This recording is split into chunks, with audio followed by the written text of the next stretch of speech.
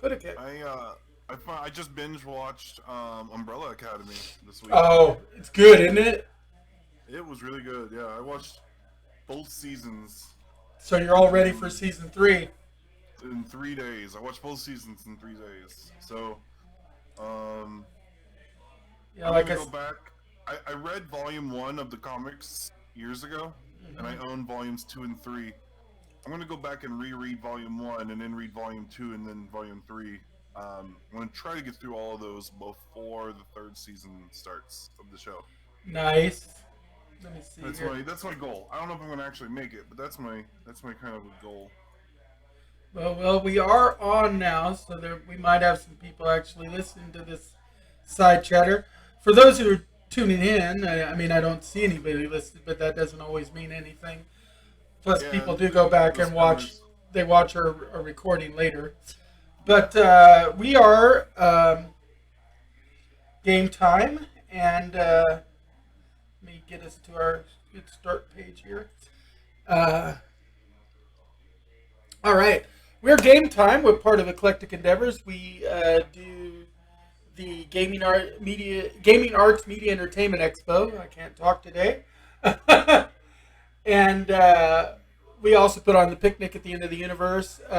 Me and Lurch. I mean, I own the channel, and this is our show, so we're not directly affiliated with Eclectic Endeavors, but that's what brings us together. And what we are doing is we like to come and talk about all the things that are happening in the nerdosphere every week here in the Ozarks. And we like to do coverage of like the media and everything like that. Lurch is our co-chair this year, as well as being director of electronic gaming, and he has been electronic gaming director pretty much since games started. And Yeah, almost.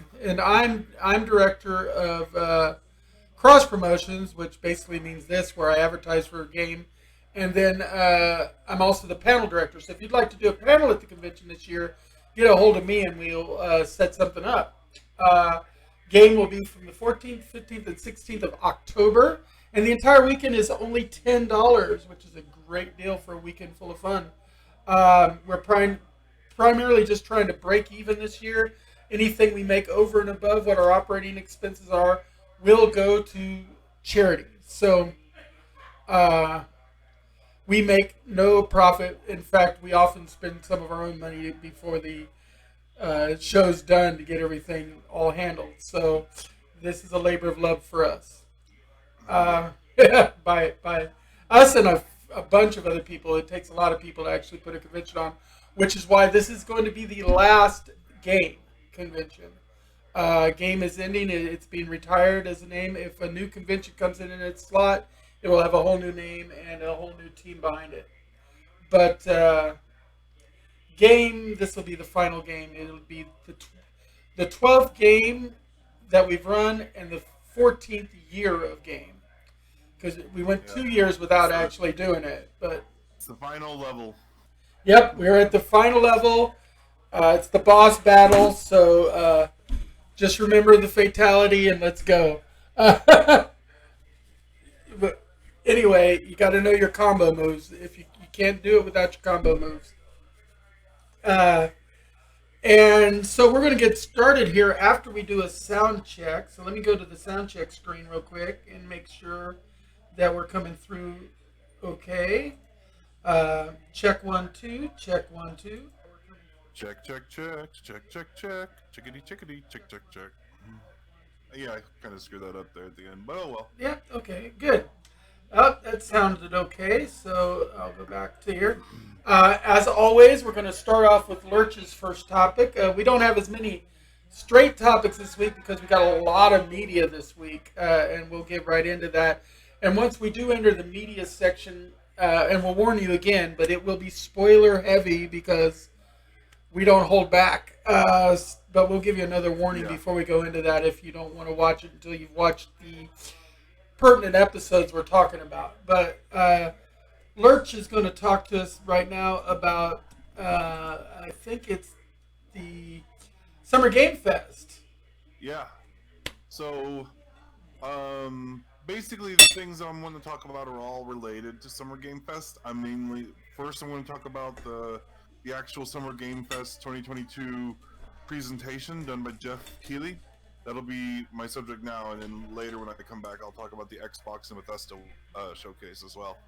Um, Both of them are larger subjects, so I felt like I needed to keep it down to just these two because there's so much in there. There was also a Capcom showcase, but the unique stuff that was shown, or there wasn't a whole lot of unique things shown at the Capcom showcase that wasn't shown at one of the other showcases, besides a few additional details. So I didn't prepare anything for that one, but I'll just go ahead and get started with the Summer Games Fest, which itself was a 2 hour long presentation. It was like an hour and 56 minutes or something like that. They packed in a whole lot of stuff in that time, but how much you like it or not is a little bit hit or miss. In the middle there was some like lull for me, but different interests. So I'm just gonna hit up some of these highlights, some of these points that this VG247.com article covers.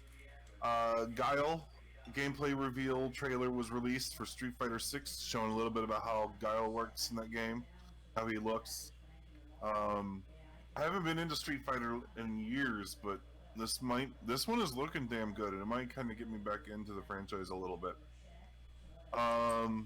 They revealed a cinematic trailer for a new Aliens game called Aliens: Dark Descent. With the Xenomorphs, old Scott Ridley's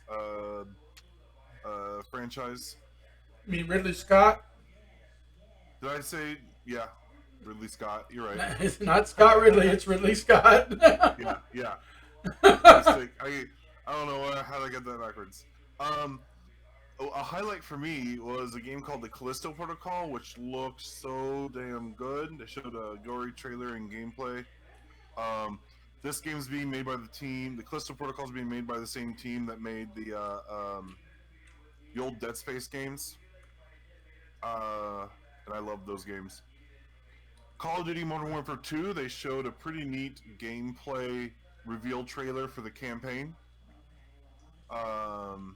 If you're familiar with Call of Duty Modern Warfare 2, this is a remake or remaster, either or, of probably the best Call of Duty game ever made. This is my favorite one. So I might have to revisit this re-release. Flashback 2 revealed trailer. I honestly can't quite remember what Flashback was. Looking back at this. But Witchfire, which I got a picture here of, that one I thought was really cool. Witchfire was one I sent a text to Angel about. I was like, dude, look up Witchfire. This looks cool. It's like a first-person shooter game with like magic. It looks like magic bullets and stuff, and you're fighting all these like demon things. And it's a mixture of casting spells or casting magic while shooting with guns. Yeah, that like Reaper Knight or whatever in the picture looks pretty awesome. Yeah. Down here it's described with a gothic fantasy setting, a good mix of high caliber ordnance and magical abilities. It's a fun spin on the popular genre. Coming from the Polish development studio, the Astronauts, this title is set to have an early release on the Epic Games Store soon. No release date, just sometime soon. I thought that was really cool. That was a highlight, one of the highlights for myself personally. Fort Solace revealed trailer, which is I think this is a world premiere, a sci-fi thriller. I'll say this particular presentation had a lot of like outer space sci-fi thriller things going on. Quite a few. But this one, Fort Solace, had Troy Baker and Roger Clark as voice actors in it. It showed them, tense atmosphere, as it describes here. Character slowly navigates this haunting, futuristic environment. Then we got Routine reveal trailer, which this one had very little shown. It kind of just had like a person walking through this like kind of creepy corridor and then being attacked by this big robot thing. Crawling through a vent. It feels pretty spooky. A lot of outer space sci-fi spookiness in this presentation.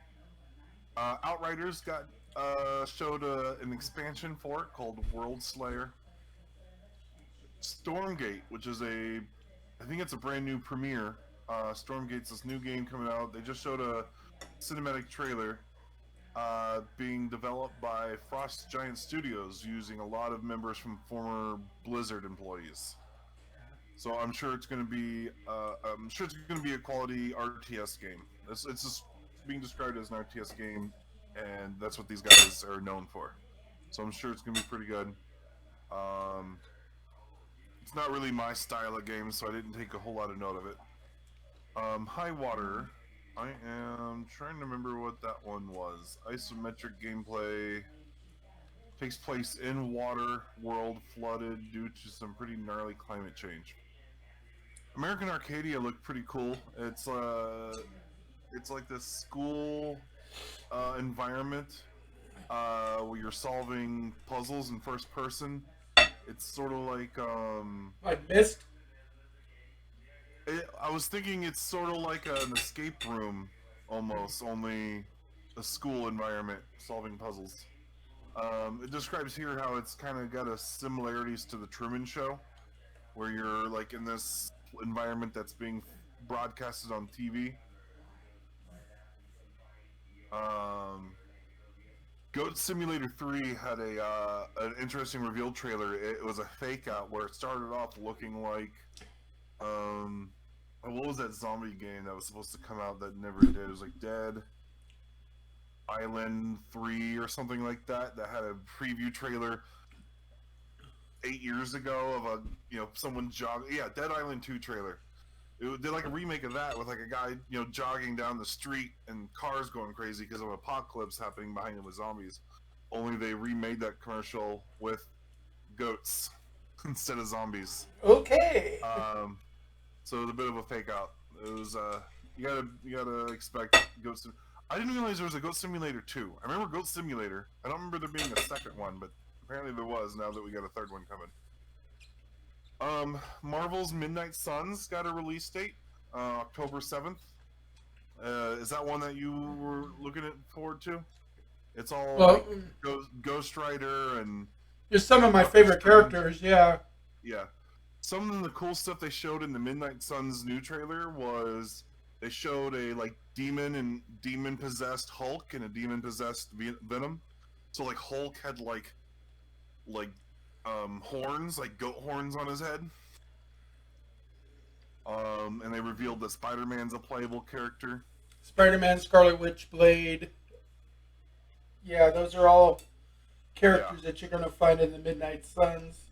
Yeah. So I'm cautiously optimistic. I'm concerned because it's going to have like a deck of cards mechanic to it, which could be fun, but it also so you never know how it's going to go when you're dealing with a deck of cards type of game. So I'm still keeping my eyes on this one because a lot of it I like the sounds of, but I'm a little hesitant. They announced a release date for the Cuphead DLC called The Delicious Last Course, which the abbreviations of that is the DLC, Delicious Last Course. The DLC for the DLC.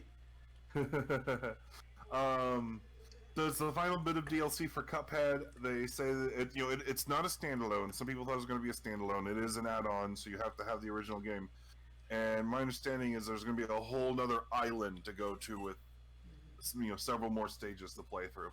And there's supposed to be a lot of people that like Cuphead, so.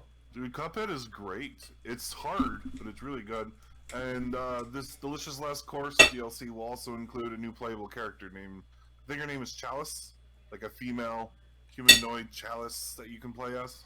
It has some unique properties to how she plays compared to Cuphead and Mughead. Okay. Let's see here. We got Neon White release trailer. I don't know anything about Neon White, so I'm not going to pretend. It says it's a first-person platformer shooter. But they've got some of the demon blasters. It looks like they got kitsune masks. Yeah. Let's see. Midnight Fight Express, Warframe. Yep. Honkai Star Rail. Like, this is the part where I kind of zoned out a bit. Zenless Zone Zero. Zenless Zone Zero. TMNT Shredder's Revenge. Yeah, then they got my attention again with TMNT Shredder's Revenge. They announced the release date of June 16th, so in 2 days from now. Wow, yeah. New Ninja Turtles: Shredder's Revenge will be released. Um, and then Super People, a third-person battle royale. Humankind, which Humankind looked to me, or it's a DLC for Latin American civilizations. I'm not familiar with Humankind though, but it kind of looks like a game where you're like trying to develop different civilizations and different cultures around the world. Um, So kind of a Sim Earth kind of play yeah, yeah, it civilization, seems like Sim a Earth Sim Earth civilization civilization game. kind of thing. Yeah, Yeah, but this is a DLC pack for Latin America, which is cool that Latin America is getting their um, own. getting their time in the shine on a game like this. One Piece Odyssey. I'm not a A lot One of Piece people, a lot of people guy. are One Piece fans, but I'm not a huge One Yeah. Piece person either. Soul Hackers 2. Capcom Arcade Second Stadium. That one looked pretty neat to me. I mean, I like the Capcom Arcade Stadium. I don't have much of the stuff, but being able to play more classic arcade games from Capcom's always a plus.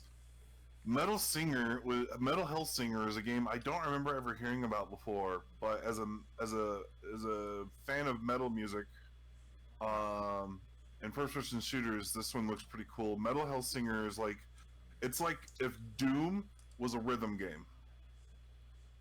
So like you're running around like slaughtering demons in first A person rhythm with guns, FPS. Yeah, but you're doing it to the beat of music, and it's all like System of a Down, Trivium, Lamb of God, and other heavy metal bands.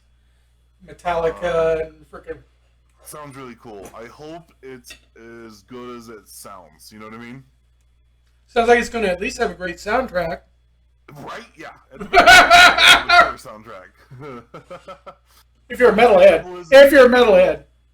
Yeah, true. I'm not sure if I'm going to be good enough at the rhythm thing. I don't know if I can kill at a beat. We'll see. But you might just want to sit back and listen, man. Yeah. It's something like Metallica, or like even one of Queen's rock anthems came on, and you went, yeah. That'll definitely be a game that would be hard to live stream because of copyrights Right. on the songs. You'd have to have the sound off, which would really suck because that sounds like it's a major part of the game. Nightingale got a gameplay trailer. First-person survival game. Saints Takes Row. place in a gas punk fantasy world. I don't remember that one. Not gonna lie, I can't quite remember Nightingale. Saints Row showed this Boss Factory demo. They did a lot to show the character customization for the new Saints Row game. Sounds like you can do just about anything you want with your character, your created character on Saints Row. And Warhammer 40K Dark Tide. Yeah.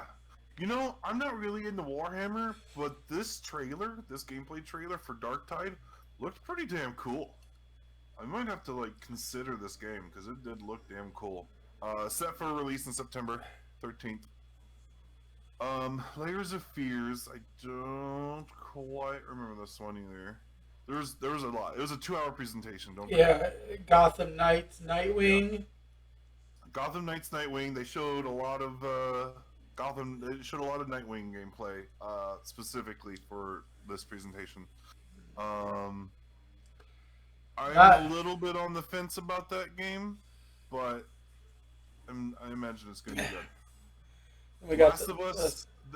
Okay, so this part got a little bit odd. They didn't show a lot, but they had a multiplayer announcement. Yeah. They had a reveal trailer for the remake. They announced that for multiplayer for Last of Us, they're doing that as a standalone game, and that's still in works. But they didn't have anything to show for it yet. They didn't have a trailer or any footage. But they did announce and show a trailer for a remake of The Last of Us Part 1. And they showed some side-by-side of how the first game looked, and even how the PS4 remaster looked compared to this remake. And visually, I can't hear you. I'm on it. It's a huge graphical difference between the two versions. Sorry They about also that. said that gameplay will be updated with lessons learned from making part 2. And then they also made a brief mention about the HBO Max series that is in development, but they didn't have any footage for that. They just had like a still photo or two of Pedro Pascal and I forget who's playing Ellie, but Pedro Pascal's playing Joel in the HBO Max series for Last of Us. And that sums it up. I know I had a That's a lot of stuff. it's a lot of stuff. It's 2 hours of stuff. Like I said, there was a part where I kind of like zoned out because they were doing a lot of like I don't know, stuff that doesn't quite interest me, and so I don't have much info on them. But anyway, if any of those games pique your interest, they can individually be looked up. As a whole, the presentation wasn't great, but it was okay. It was an okay presentation. It had some highlights. It was a bit too long for what we got. I feel like, but too long for a casual enthusiast, but probably not long enough for someone who wanted to hear every detail. So, Right. I'll pass it over to you for your subject, unless you had any other thoughts you had about this particular presentation. Nope, I'm good. Okay. All right. For mine, we're going to go into my Kickstarter recommendation next. This time around, it's only got 15 days left, but there's a new 3D color printer out there called the Bamboo Lab X1 Core XY Color 3D printer. But it's got a LiDAR and AI system. So basically, it's got a smart AI that can scan to see if like any print errors come up as it does. So you can like set it and forget it, let it print overnight while you're sleeping, and not have as many like bad things like that can happen with 3D printers. Because things get out of alignment and stuff. And it's one of them that can do like true interspersed color. It's 22 months later, 700 plus test units and 3 tons of filament printed. We arrived at our first milestone. It has basically a filament color cartridge system, so that you can actually do color printing of your 3D objects instead of having to print them in like whatever single color and then paint everything else. You can actually, yeah, for a 3D printer, this is one of the new, more revolutionary things because it's got an AMS system, an automatic material system that basically, like a print cartridge does in a dot matrix printer. It doles out the primary colors to mix them to make the materials you need for the color spools, and see the different types of things that you can print out. They got a Godzilla mini there, a Mecha Godzilla that's got some different colors on it, and some like trucks. So cool. Yeah, it's the next generation for 3D printing. Look at that castle. I mean, That's flipping awesome, man. right. It's got removable supports because it's got this breakaway material that it can print for like supports, so that when you go to pull apart things to make it to bring things together, it'll make it with a special removable filament to make it much easier, not have to like freaking rack your knuckles taking pieces apart when it prints them in sets like that. So break apart is like real easy now.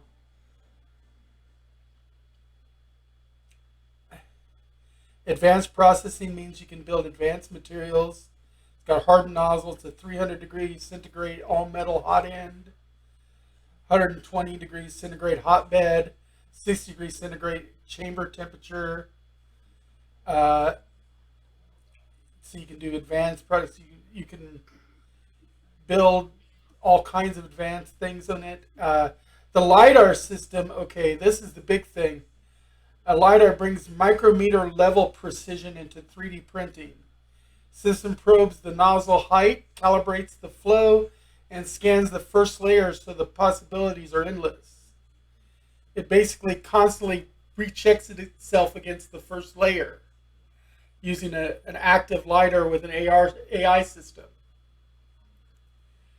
which I think is massively important.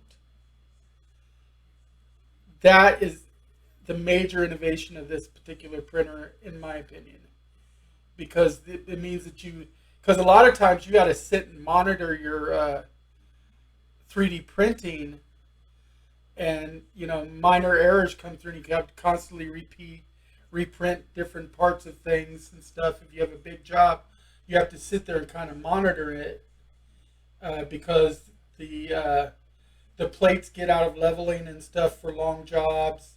But this LiDAR system automatically scans it, and then has a dual automated bed leveling system too that works interactively with the LiDAR to keep everything stable.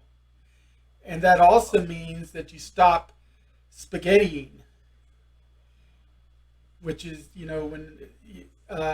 when they do the spaghetti monster, which is when the filament gets overly drawn out and thin and thick places, and Okay. then really screws up and makes your prints not as durable because of the spaghetti sections.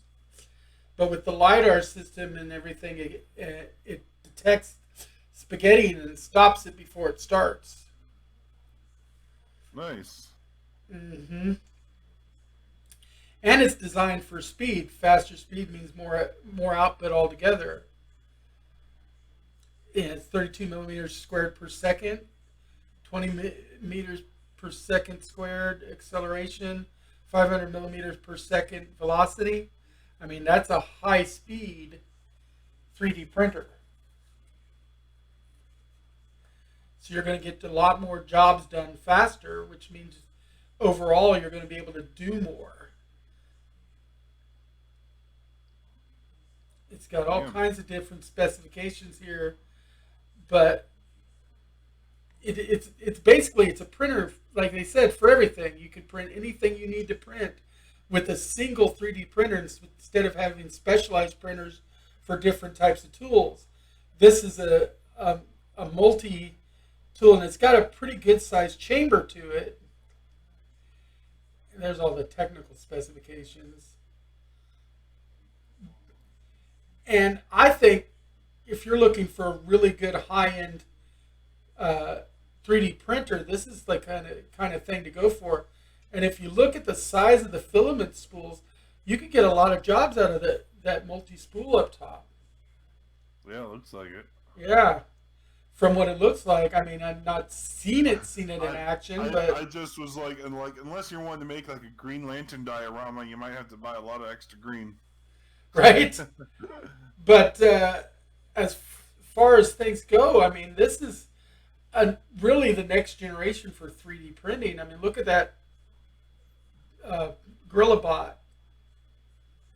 Yeah. So it's able to mix the different colors, so it's got just like a regular printer where it has four. That's what it looks like. It's able to mix together to make any combination. Yeah, it's got the regular white, and then it's got the three primary colors that can. Well, I think it's black, red, blue, and yellow, and the yellow is almost white. It's what it looks like. Or let's see, no, it's white, or it's white, green, blue, and yellow in that cartridge. Yeah, that cartridge has black. So I think they might have some different cartridges too. Yeah. Because I know that the backing, now there's only 15 days left in this. It's not as long left in it as I was going to do. But they were only looking for $9,999, and they've already busted $5.5 million. So, and there's 15 days to go. Now, the backing for this, it's a little pricey because it is a 3D printer. You're not going to be getting this for $20-$30. The cheapest backing is $800. Yeah. $799. But that gives you a printer and 250 grams of filament. So that's quite a bit of filament to start you off with, and the printer itself. Or you can get the big pack, which is about $1,000. It's 950 US. But that gives you that plus. Oh wait, no, that's still the same thing. Uh, see, what's the difference? Oh, one Kickstarter special, the other Kickstarter special. They basically are the same. If you, this one, no, they both ship in July. I guess they probably just only had a certain number of the one and then a certain number of the other. And then the next level, this is the big one though.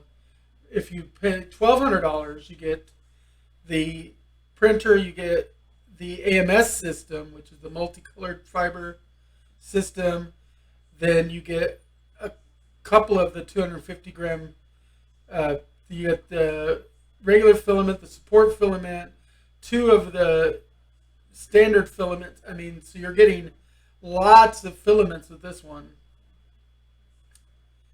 And for $1,200, that's basically everything you need. And then you can go even further with an early bird. It's like, but I think it's about $700 if you got in this early one. But that one's already gone. The early bird ones are gone. But as printers go, I mean, I don't normally do Kickstarters for like hardware. I'm usually doing like board games or other game related stuff. But I know a lot of our tech nerds out there, especially a lot of board gamers and designers, like to have the 3D printers to design their own stuff. Yeah. And I mean, if I could afford it, I'd be all over this. I mean, obviously I can't on my fixed income, but if I was going to go for a 3D printer and I had the $800 to shell out, especially since it looks like it's going to deliver in July of this year. So, I mean, it's not even that long of a wait. July or August is what the wait is on most of these things.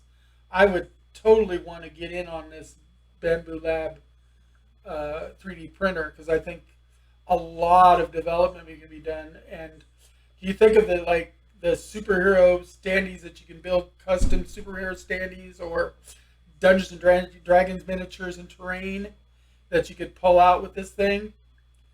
Not to mention the cosplay support you could do, like building the different sections for like a Iron Man costume or a or something like that, War Machine or Iron Man or even Thor's armor or things like that. You could build all kinds of custom cosplay pieces using this and not constantly be having to go back and paint. Instead, you could just go back with like highlight lacquering and stuff just to give it the shine and not have to go through the extra steps of painting each individual detail. And for people who are like military gamers and stuff that like to build like tanks and infantry and stuff, you see the tank over on the side and a Jeep. Like I said, I'd put that Mecha Godzilla on a shelf as a display piece. Personally, that's a great piece right there. I mean, I love Mecha Godzilla anyway. And I would totally mac out on that castle. That castle's awesome.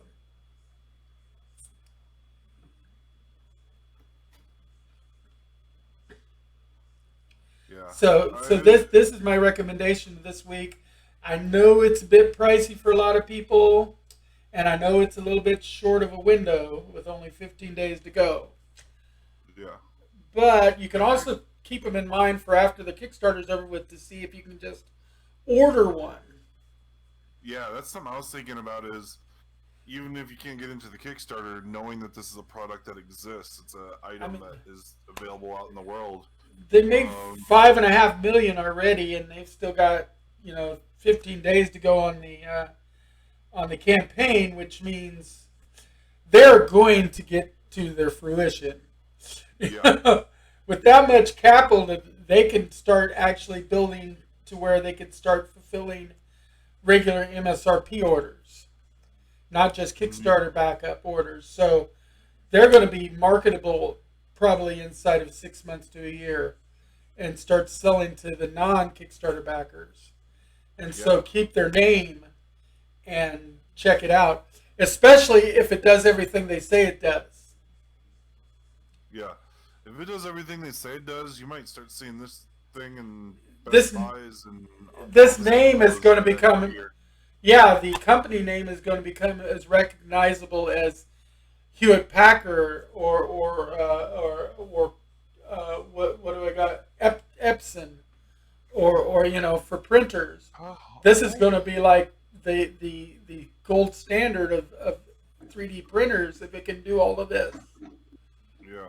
I'm not saying that they're going to live to 100% of everything they say they can do, because but if 75% of it is true, it's still pretty badass. Yeah. And the next step in printing technology. Yeah, but yeah, it's 4x4 colors and all of that, and the high speed, and it's just there's so much going on here that I was going to keep looking for a game, but then when I saw this and I started reading the details, I was like, nope, this is one that I think people in the gaming industry is going to get excited about. And me, I'm a bit of a tech head. I like my toys, even if I can't always afford to buy them. And I like supporting Kickstarter and these companies they've got ideas, but they don't necessarily have the angel investors to get them off the ground, and that's why they use Kickstarter. Well, this is what Kickstarter's for, is this kind of stuff. And so I hope they do really well. Obviously, they've got their funding. Yeah.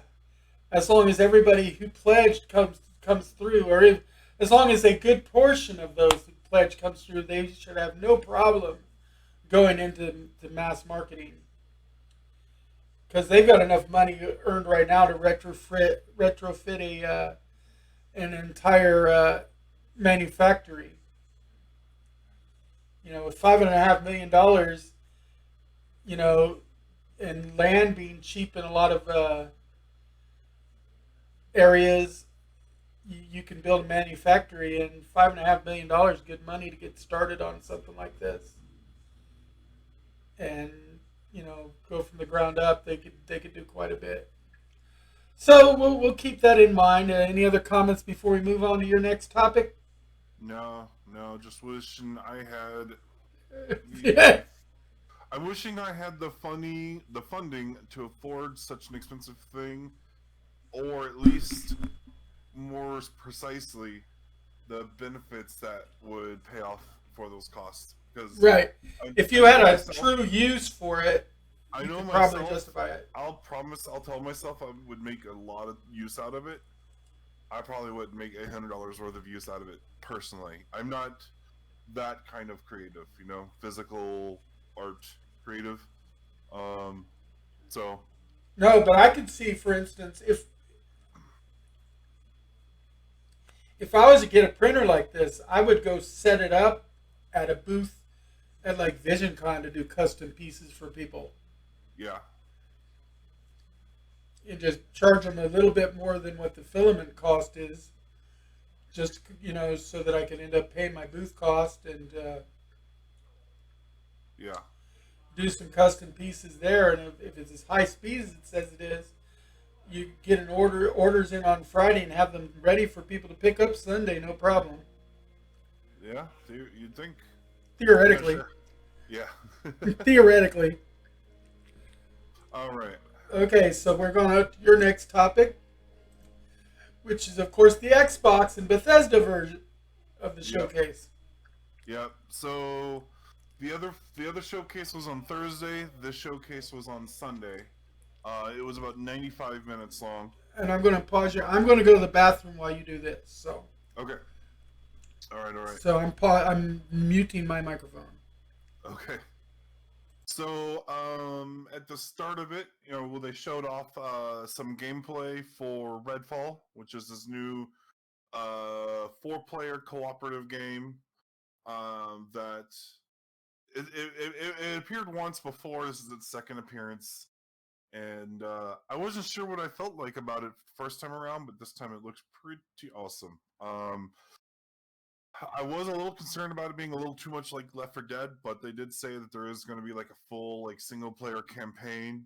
It's got like a whole story and everything, but then it's got four players added into it. So you've got people with different abilities. You got Layla with telekinetic powers and spectral elevators, where it's like a ghostly looking elevator thing that teammates can step into and get launched up into the air.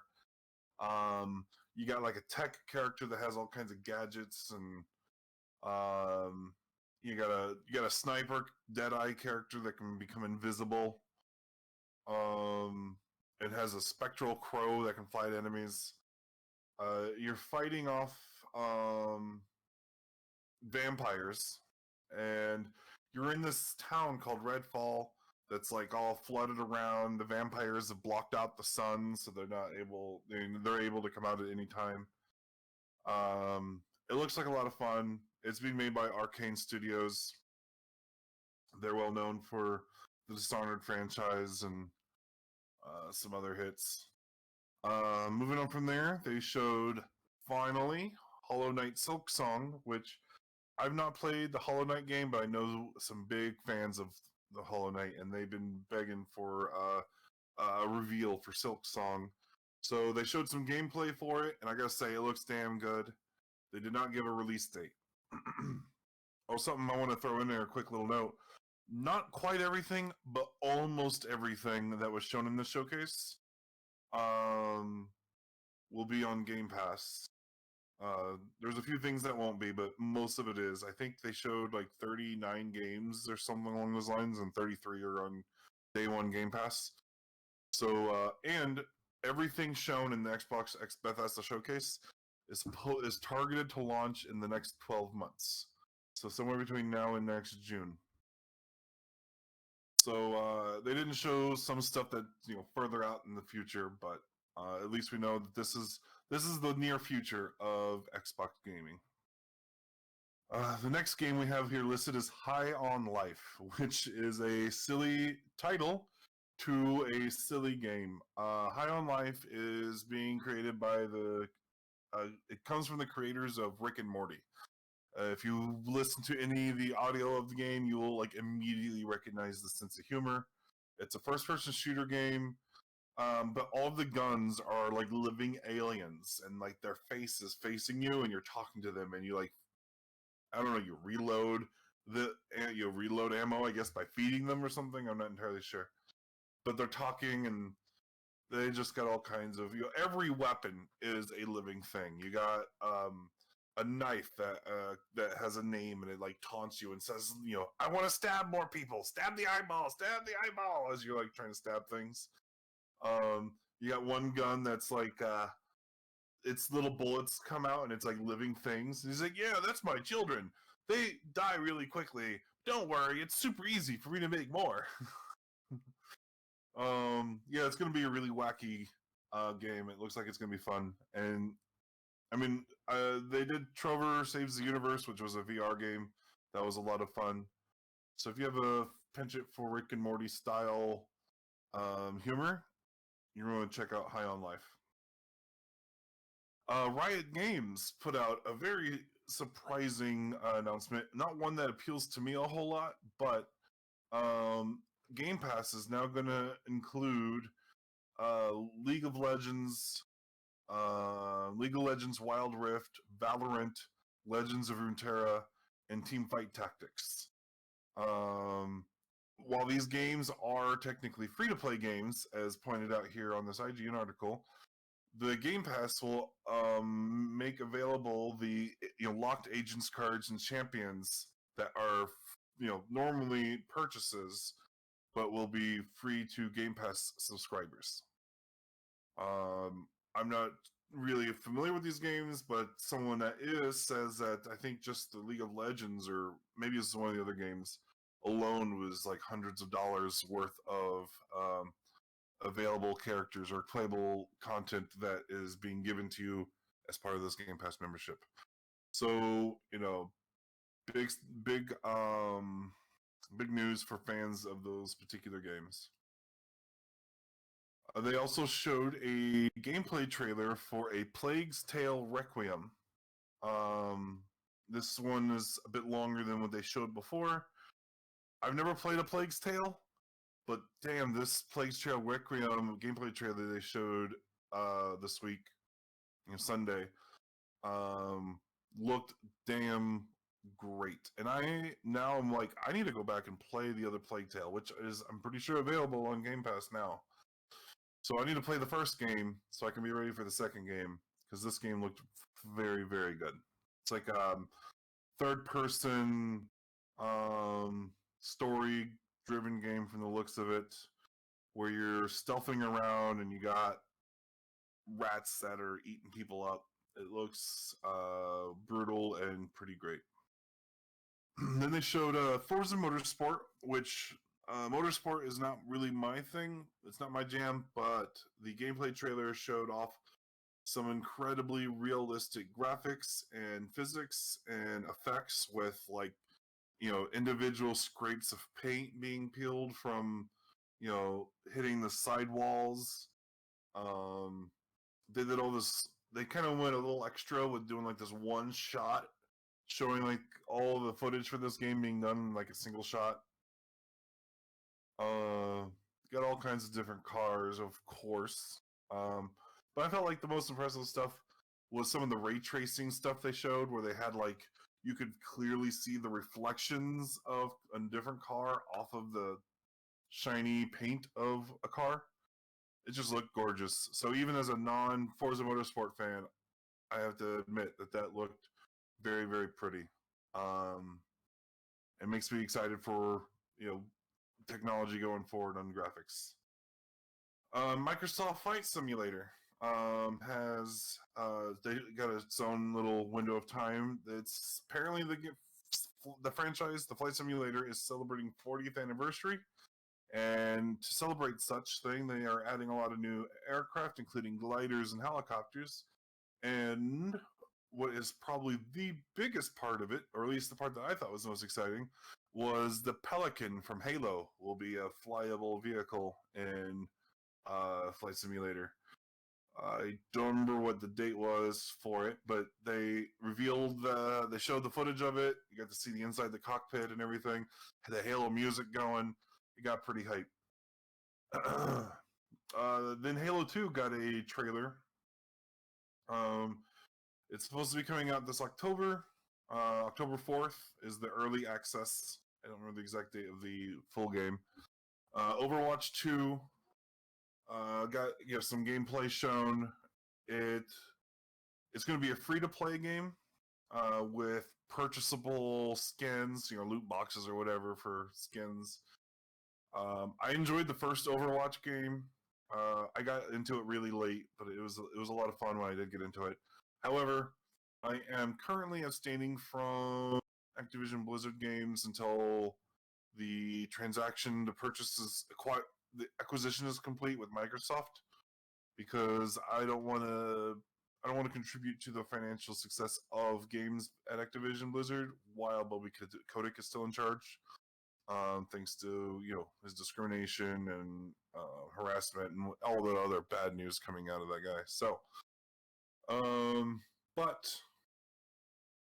that's supposed to be happening in the spring, so I'll be looking forward to playing this game a few months after it launches.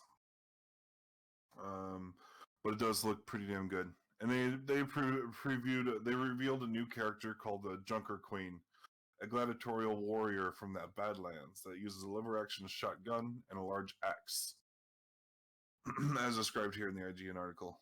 All right, next game is Ara History Untold.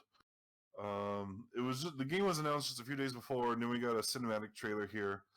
Ara History Untold is a turn-based historical grand strategy game available on day one on PC and PC Game Pass through. Well, we don't have a release date. Doesn't look like my kind of game, but for history buffs out there, take a look.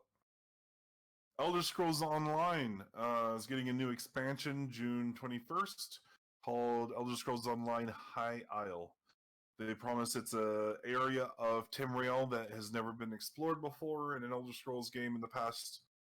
I have to take their word for it. I haven't played all. I've only played Oblivion and Skyrim. I haven't played the ones before, and I only played a little bit of online.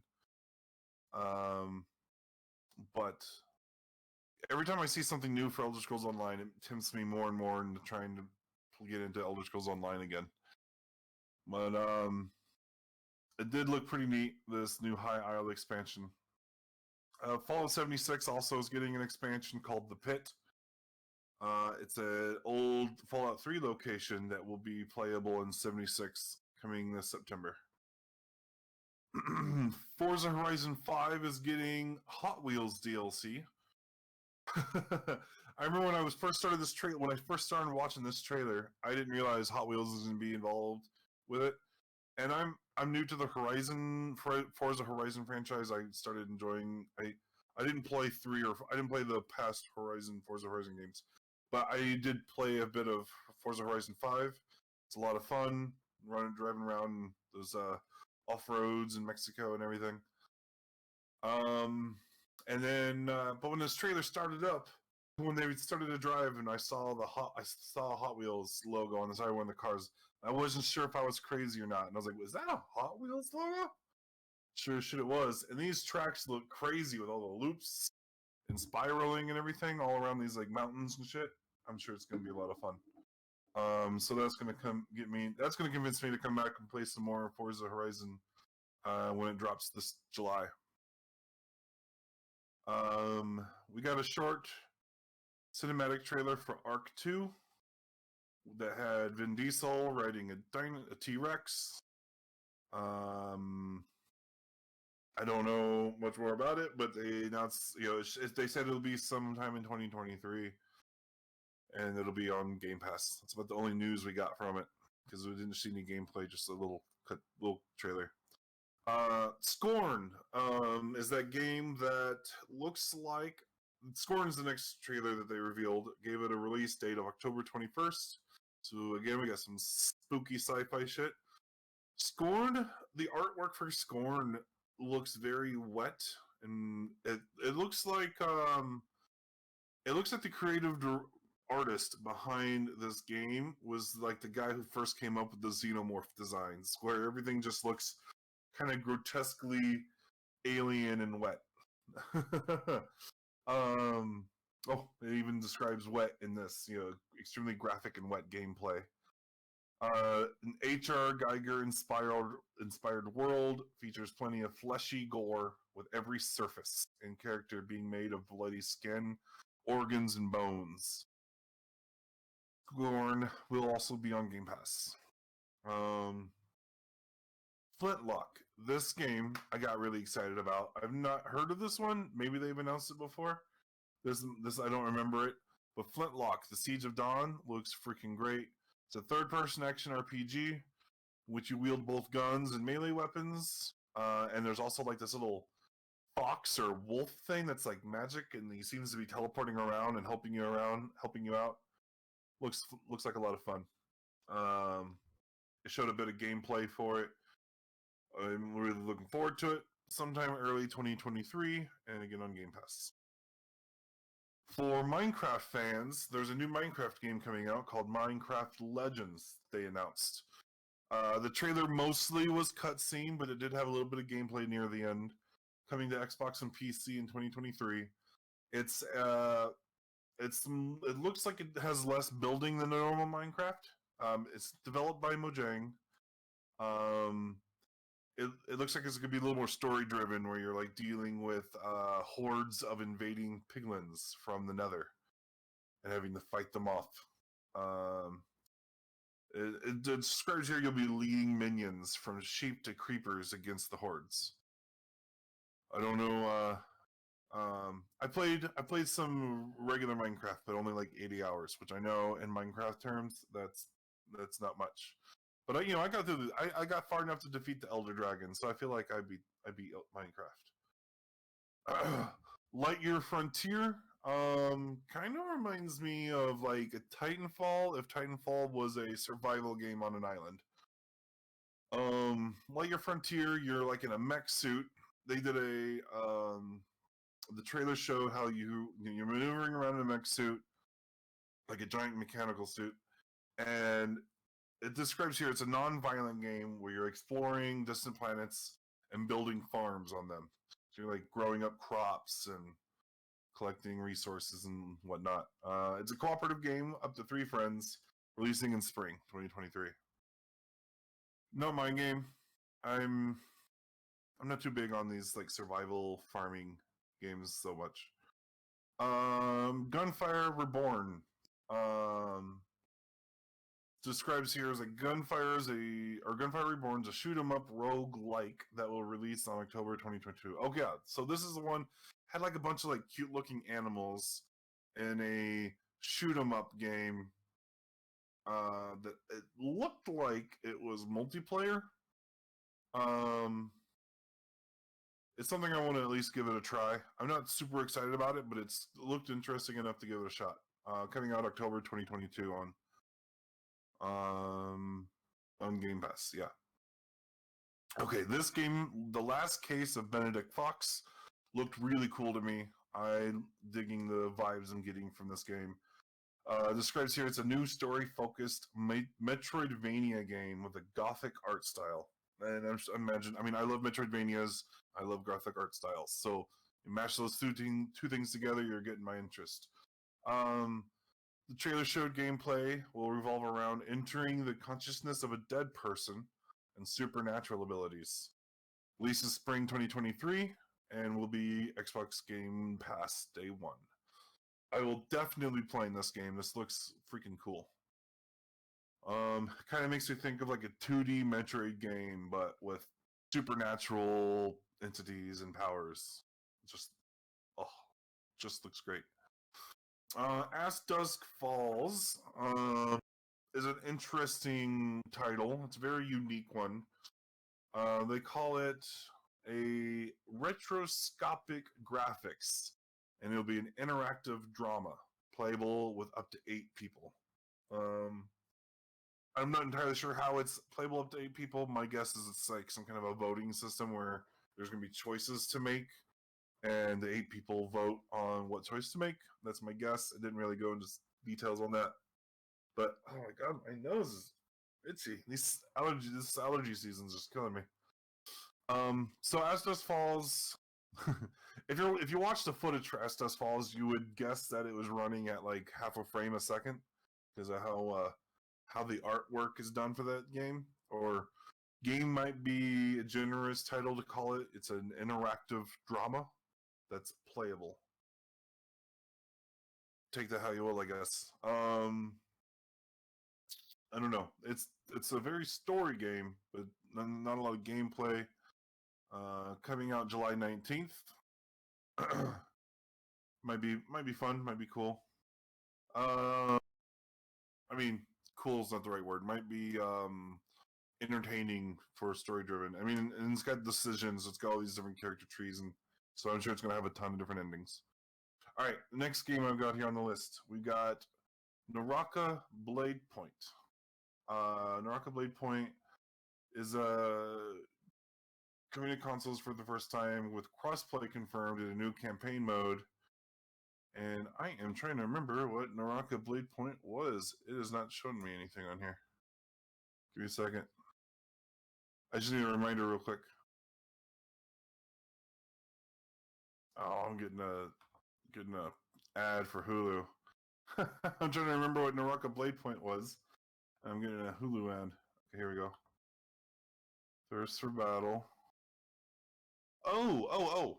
Yeah, so Naraka Blade Point is a game on PCs already, where it's like a multiplayer melee combat action game, where up to 60 players is like a battle royale of combat, and it's coming to Xbox Game Pass, and it'll be on console, cross-play compatible with the PC version, and it'll have a new campaign mode.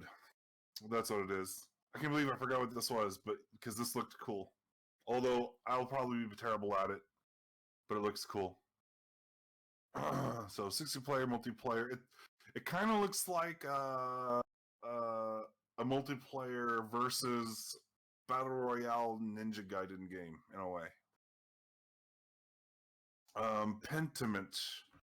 Okay, so the next game was Pentiment, being developed by Obsidian, which was a little bit of a surprise that this is an Obsidian game, because I was expecting something from them to be more in the outer.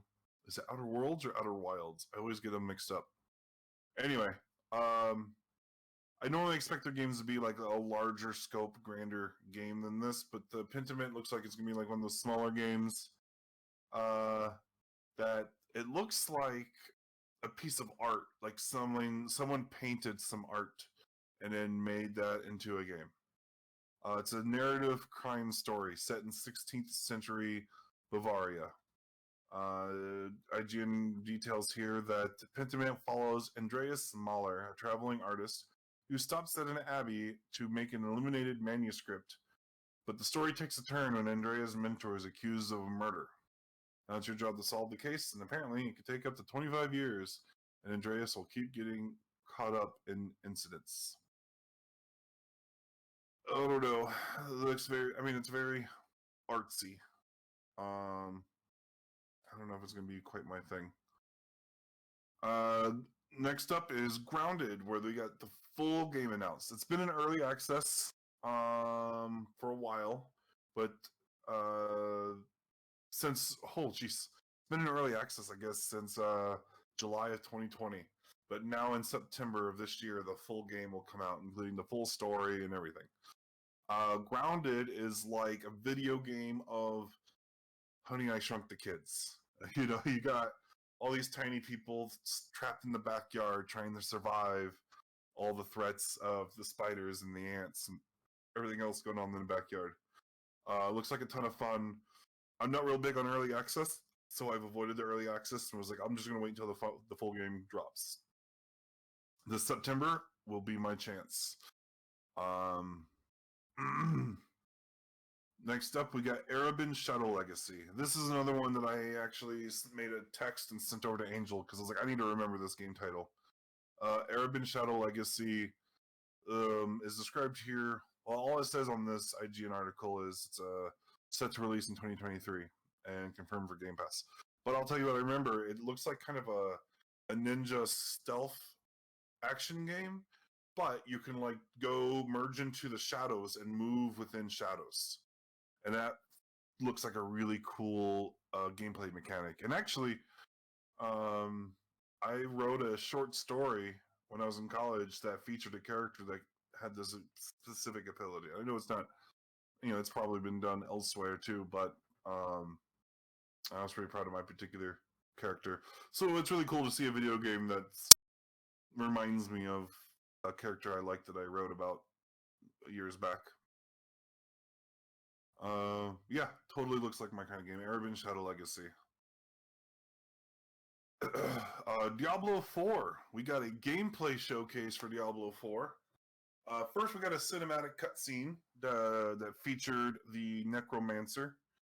It's going to be the 5th of the 5 classes. I think they're called Druid, Sorcerer, Rogue, and I feel like it was probably like Barbarian or something, but I don't quite remember.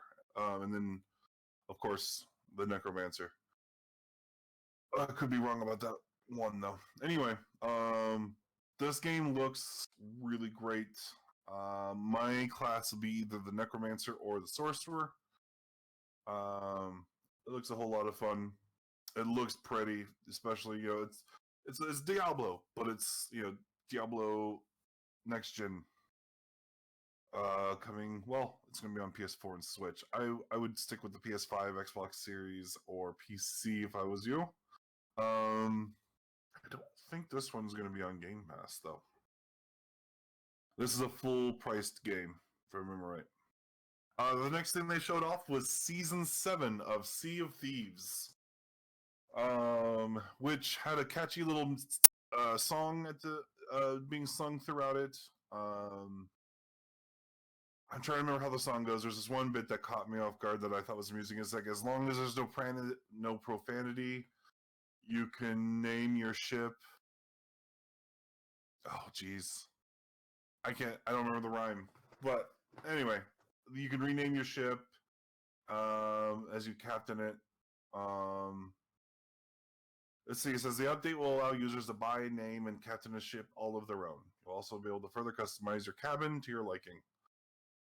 I don't know enough about Sea of Thieves to tell you a whole lot more than what they described. I watched the trailer. It looks neat, but I've never played those games. Ravenlock. Before you go too far ahead, I gotta say Diablo 4 is something I'm excited about. Did you watch the footage for the no, no, but that's something. I'm a longtime Diablo fan, so Diablo 4 has me excited, and of course, I'm going to want to be playing the Necro or the Sorcerer as well. Necro or Sorcerer, just like you. Yeah. So Diablo 3 was my first Diablo game, and I freaking loved it. I never played anything before 3. Oh. And even then, I didn't buy it for myself. I had a roommate back then who bought Diablo 3 for his PS3. And I played it on his system. He invited me to play with him. I was like, all right, sure. And we played it. And after a couple hours of playing it, I was like, I gotta buy this game for myself. And so I bought the PS4 version. Right.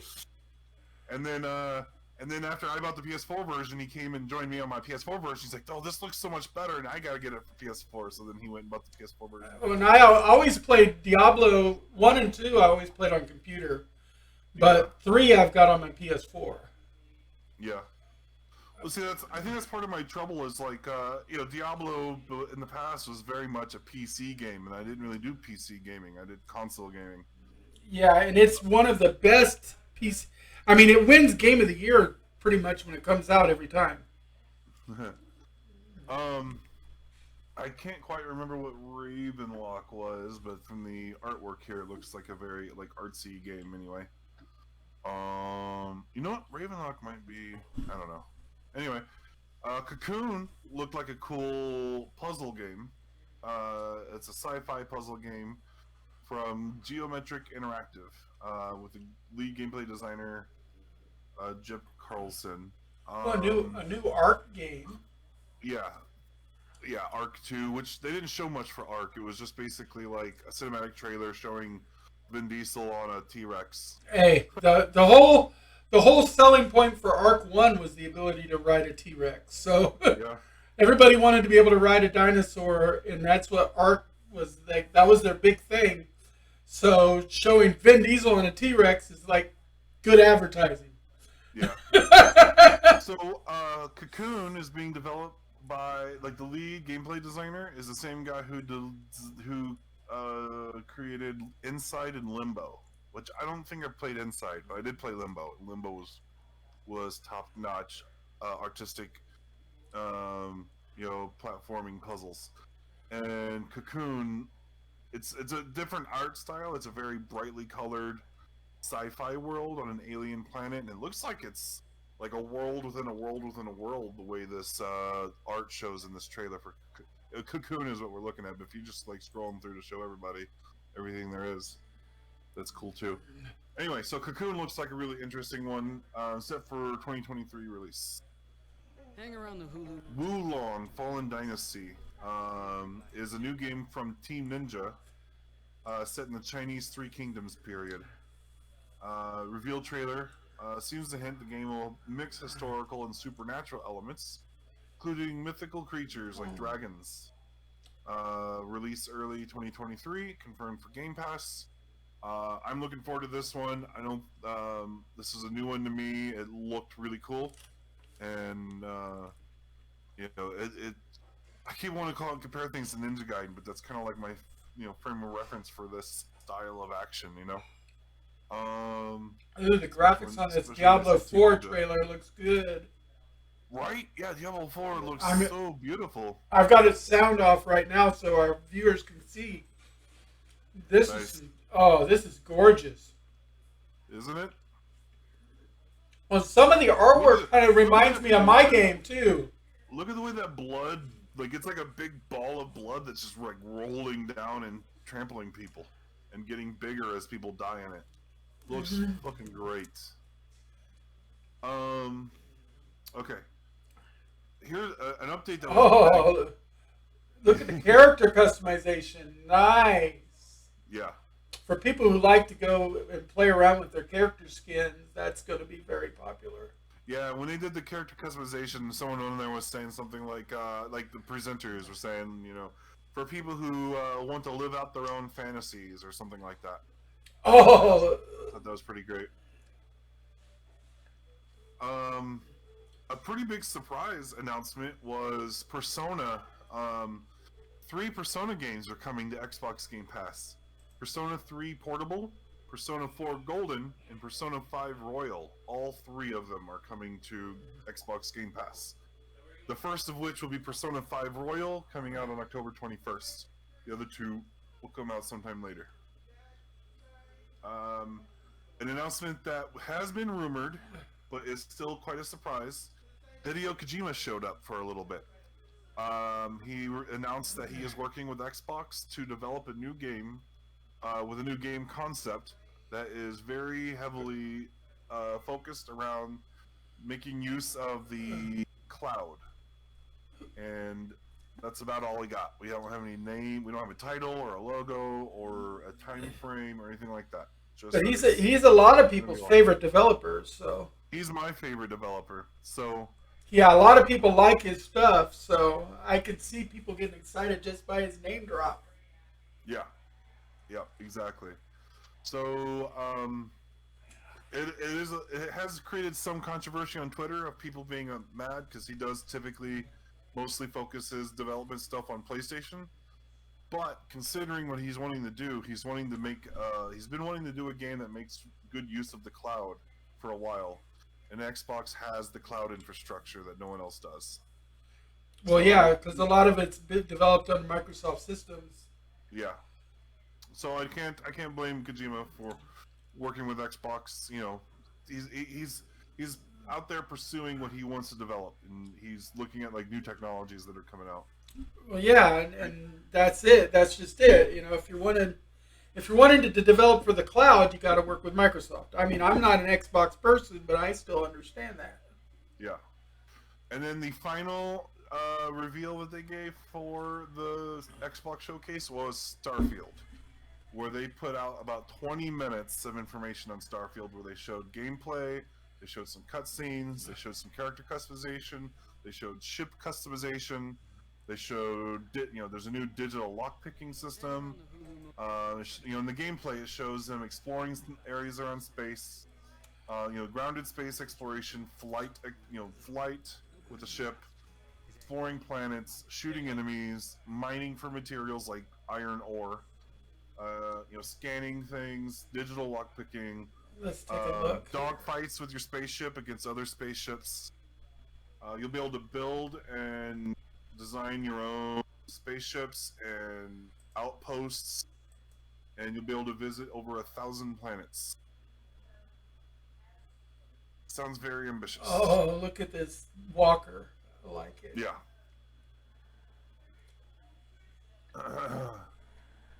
I hope it's not reaching too far, with and they talked about how there's over 1,000 planets you can visit and explore. Some planets will be Goldilocks planets that have civilizations growing on them and living and all that, and then other planets are pretty barren with just with materials to collect and find resources. I imagine the majority of them are going to be of that nature, but it looks promising.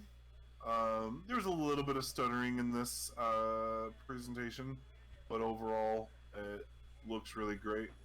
Well, I'm skipping through too.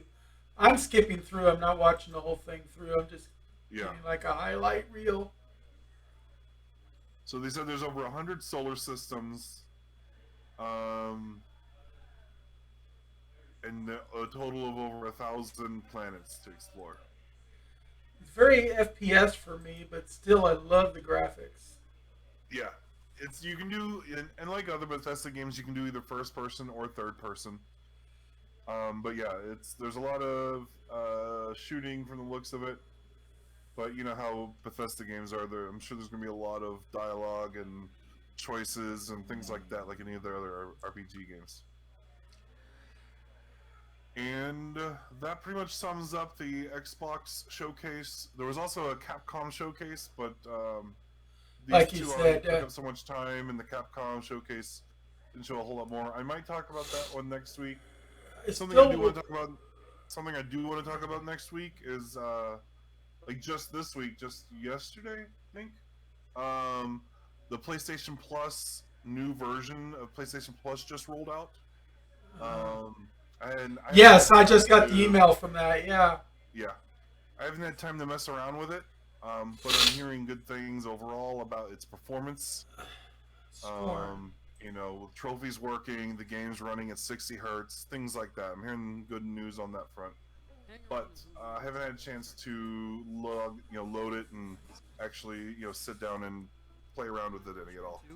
So I want to try to do that in the next week and then report back on what I think of it next Tuesday.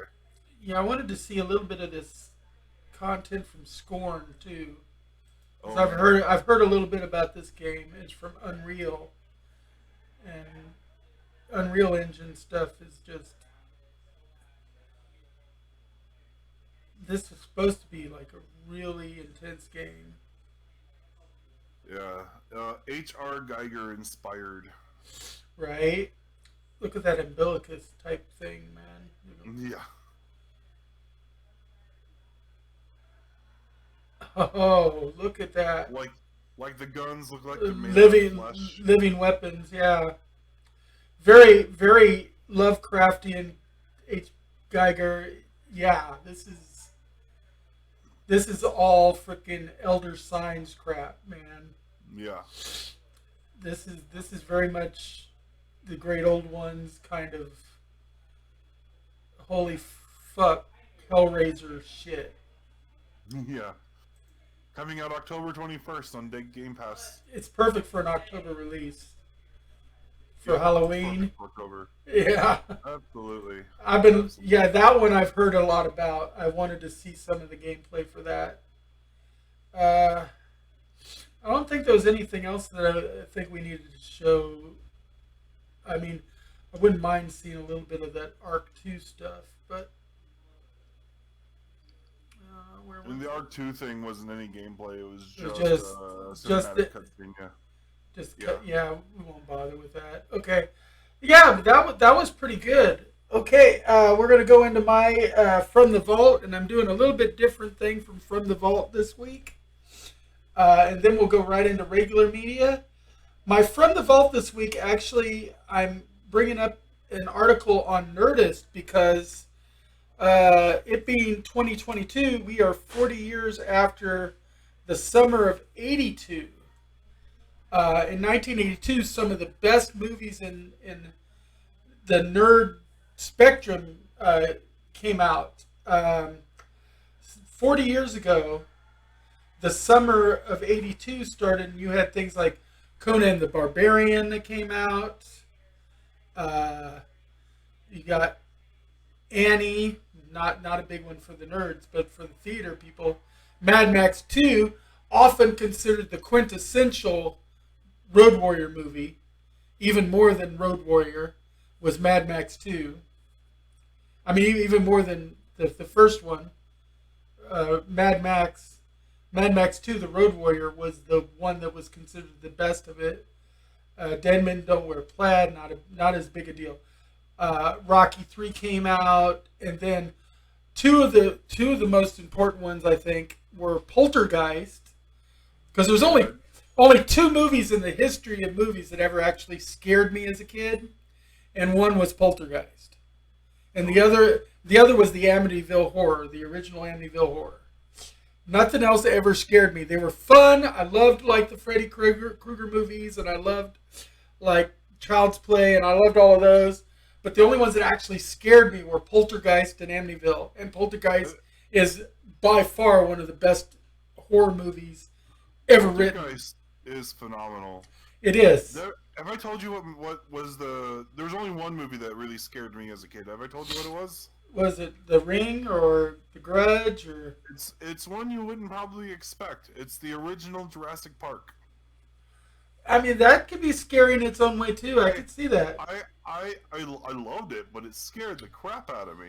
And it's funny is prior to watching that, I'd already seen every Freddy Krueger movie and was big into those Freddy Krueger movies. None of them scared me. Fucking T-Rex terrified the crap out of me. Well, there were some scenes in Jurassic Park 1 that were pretty badass. Like when the girl looks up and there's that Dilophosaur, and it said, yeah, and it suddenly opens its hood up. It was badass. Yeah. Now, Star Trek 2 came out in 92, and then, I mean, 82.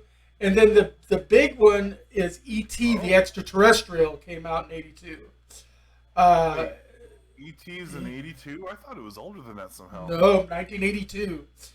So, like I said, and that's still not even all of it, because among those, another Grease 2 came out then, and Blade Runner came out then, but the big one we're not even up to yet.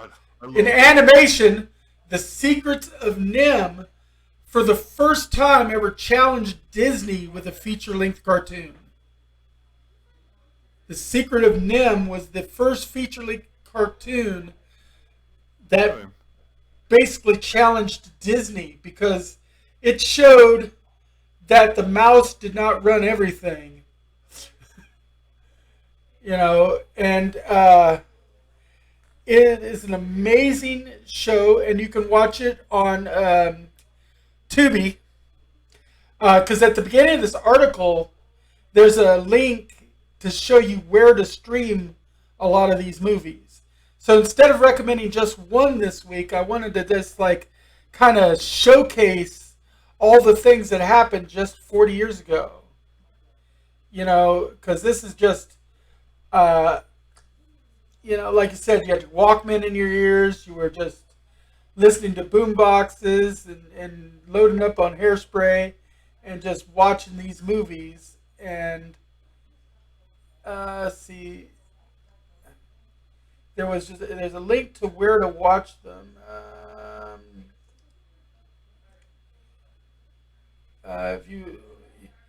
Here is where you can stream his pics. There's a link. One of the words is actually the link.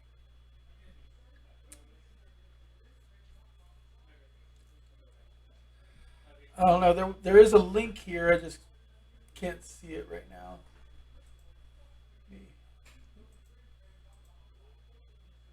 Make it smaller so I can. Where to watch?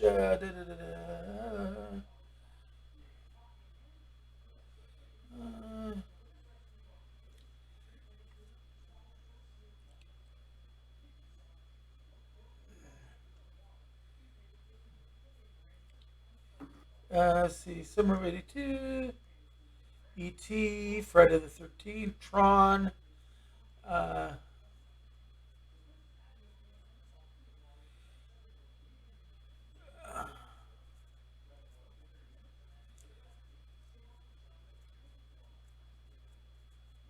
okay, this one's actually the link that says where you can watch them. This is the link. I followed that link. The actual original article is in a different place.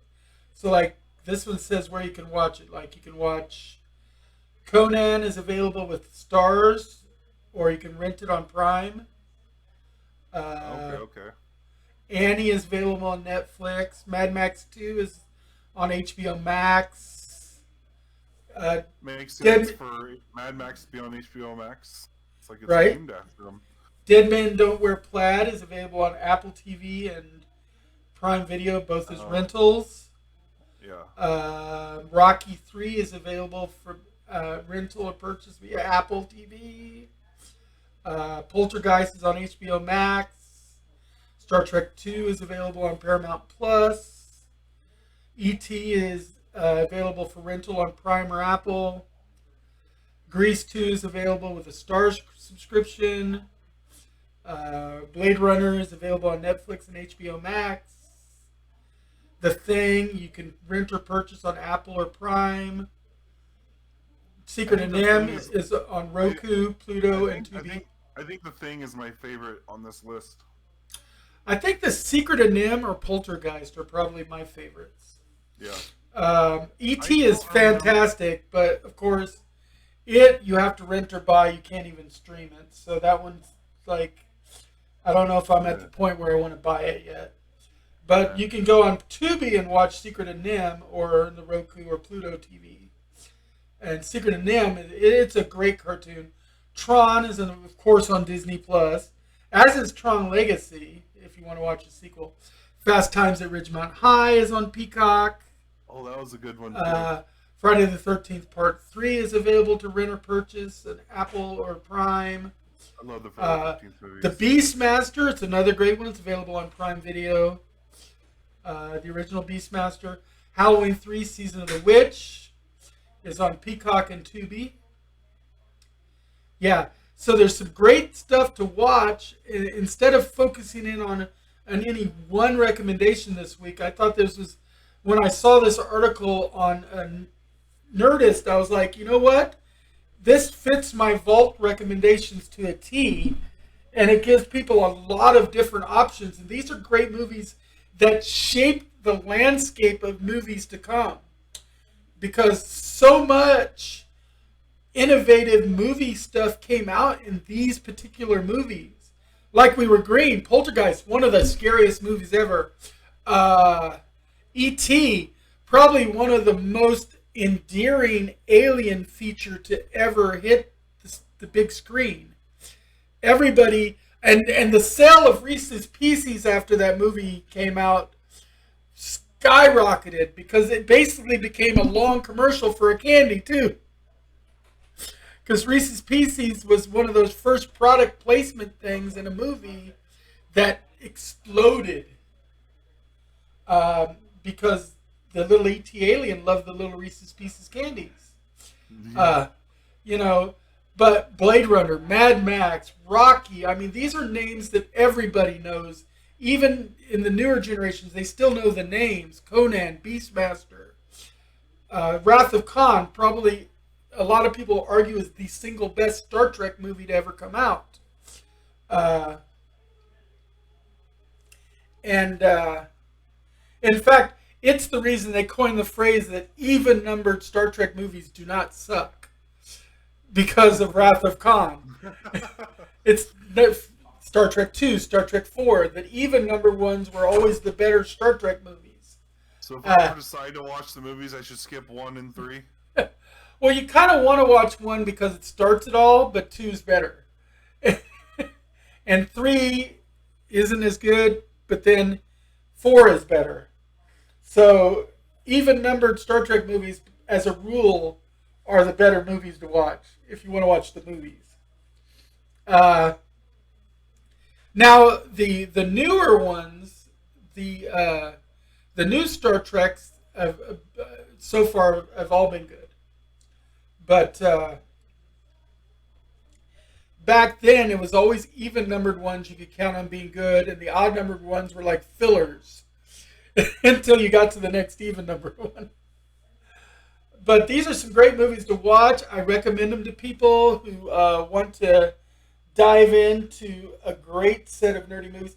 Now, it's already 9:30, so let's jump into our media section, because we still have quite a bit to cover in the media section this week, because this is a very busy week on TV. Plus, I did some catch up, and we wanted to talk about some stuff that had come out last week too that I had not caught up to yet. So we're going to start off talking, I think, about Obi-Wan Kenobi. All right. Now, of course, the first 3 episodes are up now of Obi-Wan Kenobi. And normally I don't watch Star Trek serials. I mean, Star Wars I think there's 4 serials. more episodes out. I think the 4th one comes out like today or something. No, tomorrow. I think there is 4, and the 5th one comes out tomorrow. But I've watched them all, everything that's on I've watched. So I've either watched 3 or 4. But Obi-Wan Kenobi is one of my all-time favorite characters from the Star Wars franchise, and I think Lurch wore me down and got me to watch it because he kept mentioning it, and I was like, you know what, I'm going to go ahead and try it. Not to mention Ewan McGregor is just a great actor, and he's executively producing this as well. So you got that benefit, and he's exactly the same character he was on the big screen. He's telling the story of basically a lot of this is featuring young Leia, who's kidnapped in order to lure him out as one of the last remaining Jedis, so that the Inquisitors can get him. Yeah. And Leia is not abducted because of her connection to Anakin. She's kidnapped because she is the bait. Because she's the adopted daughter of Senator Organa, who Reva, the Inquisitor, knows is a personal friend from the Clone Wars with Obi-Wan. And so she believes correctly that if she takes the Leia from Organa, that Organa will go to Kenobi to get help.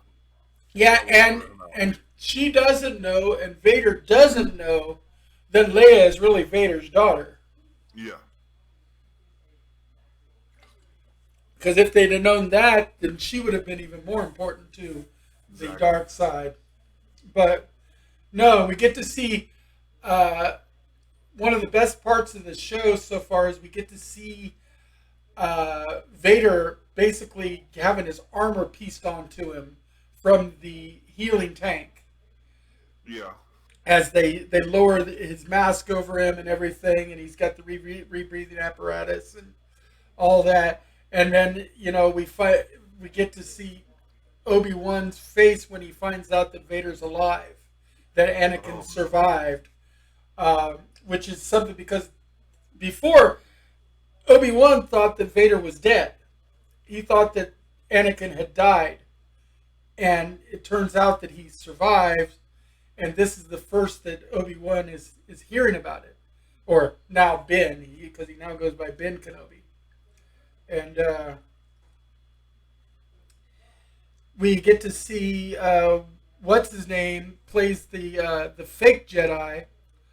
I can't remember the actor's name, but he's so good. The actor's name is Kumail Nanjiani. Kumail Nanjiani plays the fake Jedi, but he also kind of is running a underground railroad to get refugees out. He's making some money on it and pretending to be a Jedi while he does it, but he also ends up helping especially when he figures out that Obi-Wan is the real deal. He acts as a delaying tactic to help him and Leia get off the one planet. And there's so much to see. There's a little bit of lightsaber work, but not a whole lot. But during this time, Ben has not used the Force in so long that his Force powers have kind of atrophied. So he's not able to just, move stuff around with his mind as much as he used to be able to. He's really reticent to even activate his lightsaber, which he had to dig up out of the desert because he had buried it in the desert. He didn't even have it with him. Yeah. And everything. On the other hand, the one Black Inquisitor, she is using, Force flips and using the Force quite a bit. And then, of course, Vader is like all powerful with the Force. I mean, he's lifting people up and choking them while holding them up Oh, against man. walls and stuff. He's in full Vader form. And, Yeah. uh, There's a scene where he thinks that he suspects correctly that Obi-Wan's nearby, and he's just like marching through this town of terrified people, and as he's walking, he's lifting people up by the throats and pulling them through the windows of their homes out into the streets to choke them out in midair with the Force without even turning to them. Just like walking through and pulling them out as he walks by. It's like an afterthought. horrifying scene. Yeah, It's like an afterthought. He's just doing it like it's nothing. yeah, Yeah, and what's funny is Leia has the potential to be one of the strongest Force adepts in the history, because just like Luke, she's the son of Anakin Skywalker. If you use the old midichlorian thing, her midichlorians should be off the scale too. I'm not a big fan of the whole midichlorian crap, but yeah. I'm kind of glad that we started ignoring those. Yeah. But I think that's really the big thing that a lot of people had against some of the newer Star Wars movies, was the whole introduction of the midichlorian thing. If they had not done that, more people would have been able to accept things like Jar Jar Binks. But it's the midichlorians that pissed people off, because they took something like the Force and went and turned it into some like space virus. And we liked it as the Force. It was more of a psionic ability that was a pseudo-religion. And we like it that way because it's a space opera. It's not supposed to be true science fact. Yeah, yeah. And that's what you want. We in episode 3 we get this great confrontation between Kenobi and Vader, and Kenobi flees from him. Mm-hmm. He doesn't stand a chance at this phase of their lives to really fight him right now. And there's this part where Vader manages to knock his saber away from him, and then force pull him down to the ground, and he has a fire started, so there's this big fire that's going on, and then he's dragging Kenobi through the fire. Mm-hmm. Burning him and giving him similar wounds to Vader's, but not as all-encompassing. Yeah. And I remember there was a line just before that where Obi-Wan is like, "What have you become, Anakin?" or something like that, and he says, "I've become what you made me," which is I feel like a powerful line when it was said, but then I later saw a meme that made me laugh where I had Obi-Wan come back with, "I thought I made you shorter." That's true. And then this explains why Ben Kenobi had to have one of his arms replaced. And so, anyway, yeah, so he's dragged through the fire, and then Vader is taunting how he's going to make him suffer incredibly for whatever, right?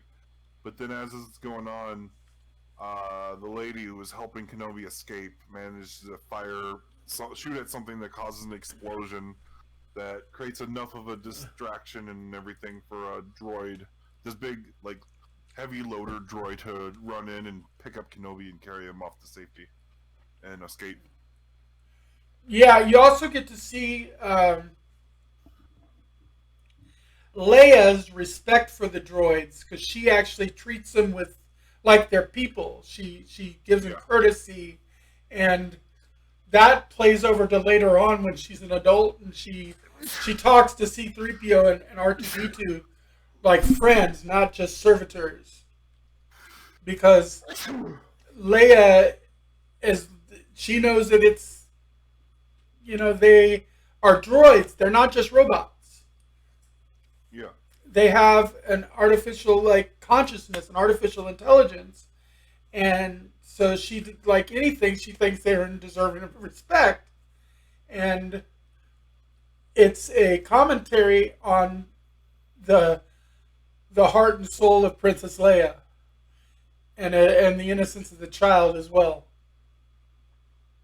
Especially when she has the cousin that comes in and is just like all lording it over and just being all negligent of the droids and stuff, and she just can't stand that. And she's got her little pet droid, uh, Lola, which is like a little like beetle droid that she carries around with her as like a pet.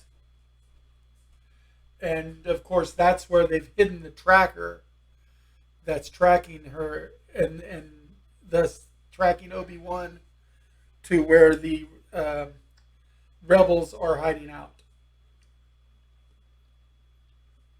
And that's how they're going to be able to catch them. And I can't wait for tomorrow's episode. I mean, tomorrow is going to be so busy because I got to watch.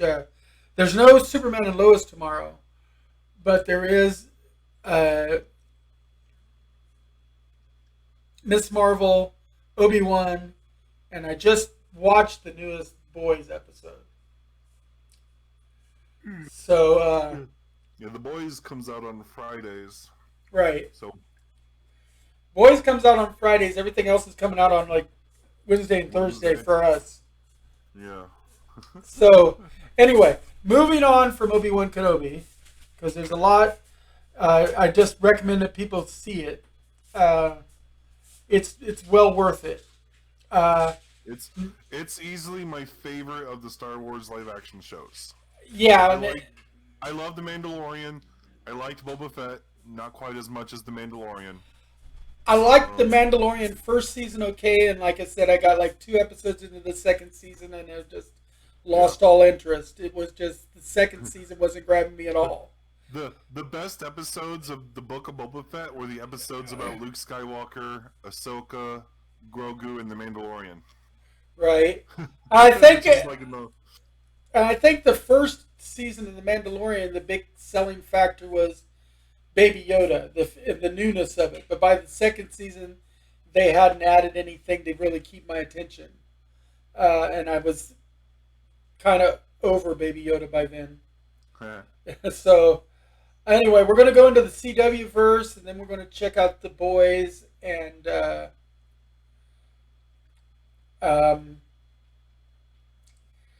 Miss Marvel.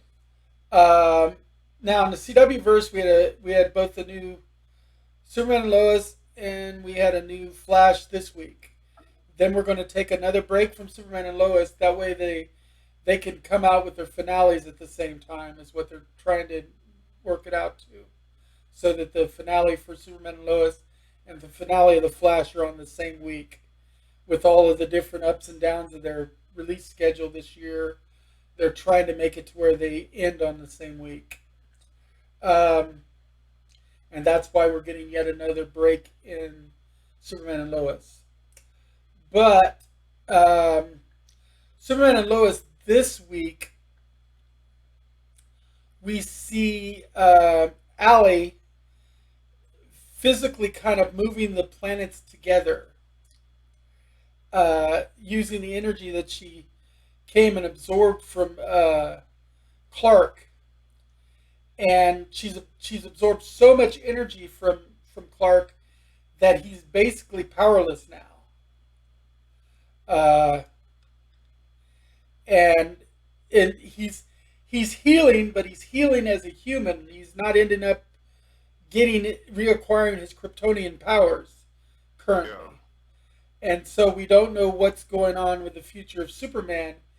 And so it's looking like, among other things, we're going to have to rely on Jordan for the Kryptonian support. We don't know where his brother is because his brother escaped after he helped him destroy the pendant. And we also have John. Hang on. Tal, whatever his name is. Tal-Ro, Superman's brother. Yeah. Died. Both versions of him died. Oh, did both versions die? Yeah. Yeah, the one from our Earth was killed by the soldier Anderson guy or whatever when he was souped up, I think. Maybe. Or he died for sure. I just maybe have the timing on when he died off. No, I think he was killed by... What's her name? Allison. Allie. Allie Allison. Yeah. But then the one in the other universe was absorbed by her. I knew she absorbed the one in the other universe. Yeah. I didn't think that he was killed, though. I thought he escaped at the end there. I'm pretty sure. I'm pretty sure after they destroyed the pendant, he escaped. You know what? You're right. He was injured, and But he escaped. Like he might be dead, but then when they looked over, his body was missing. So Yeah. he apparently came to and then escaped. You're right. Yeah. He escaped. Mm-hmm. So we don't know where Talro's going to come back in, but Talro is still out there somewhere. We have Jordan for some Kryptonian help, and then we've got John and Natalie, each with their own power armor. And her power armor is stronger than John's. Yeah, more durable, more resistant to damage. Well, it's got a new polycarbonate coating on it that makes it even more indestructible than John's. Yeah, she put some sort of laminate on top of it made out of the X-Kryptonite or whatever. Well, it's like when John first discovered it, he was going to try to destroy it, and he couldn't. Because none of his gear could break it. Yeah. Because she had put that new polycarbonate laminate over it that she had developed out of the X-Kryptonite. And it's like, oh my God. And he's like, okay, you're going to have to show me first how you did all these upgrades. And everything. So we've got Natalie going to be in her super suit. Which, if we remember, she was going to give to Jonathan to protect him from being merged with Jonathan L. Yeah. But now that the pendant is broken, I guess she's not going to have to give it to Jonathan. We don't know for sure. Yeah. We're getting ready to the next episode is World War Bizarro Part 1. Yeah. And I was going to add, we had this pretty neat scene with Superman taking Jordan out to the for a flight training circle and did some flight training. Yeah. Oh, and Jordan loved it. Yeah, he had a good time. It's going to come in value with Superman now, and you realize what they're doing. They're doing their own interpretation of the comic story arc of the Rise of the Superman. Yeah.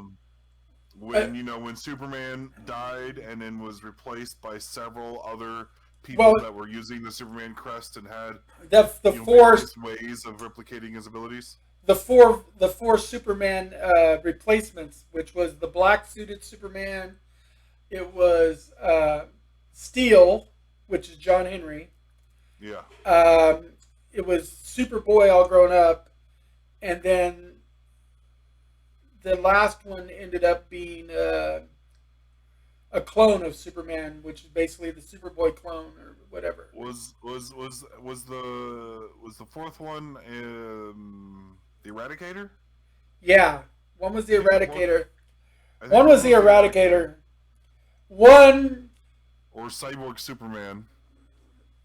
It's been a while since I did it because it's been a while. Somewhere in my stuff, I think I still have a shrink-wrapped copy of The Death of Superman, but because I bought multiple copies, one to keep shrink-wrapped in the black opaque. Okay. Oh yeah, I got it. Yeah, Steel, Cyborg, Superman, Superboy, and the Eradicator. I just Googled it.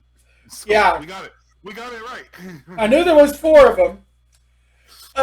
Because that was a big event in comic books, and I had to buy more than one copy of the Superman's Dead comic because I had to have one that I didn't even break the shrink wrap on, the plastic opaque cover.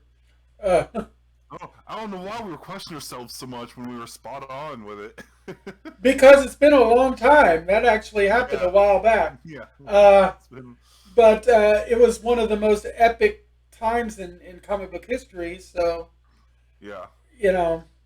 but anyway, so that's what they're building towards, and it starts. World War Bizarro starts with the next episode, which is supposed to air on the 22nd. So we have till the 22nd to get a new episode to watch on stream. So it'll be on TV on the 21st, and we'll get it on the 22nd. Yeah. So next week. It will be after our show next week. We'll get to see it the following day. Um, but that's okay. I don't mind missing only 1 week. It's when I got to miss multiple weeks that I get pissed off. And I understand why they're doing it this time. They're doing it to sync up their series after everything that's happened this season. What's our next show we doing? Are we doing The Flash? Sticking with the CW verse and go. Yeah, we'll go ahead and finish out the CW. Now in the Flash, there's a new speedster in town, and Flash is trying to track this speedster down because it's looking like maybe he's new and don't know their powers. And so he goes and talks to Eobard Thawne. And while he's talking to Eobard Thawne, Allegra and the team over at the news CC Media. Yeah, the newspaper that.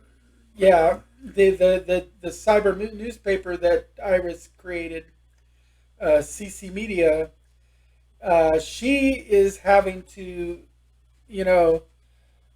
kind of rally the troops as these ex-gang members who, from the gang that Allegra used to be a member of, are after the girl that Allegra did the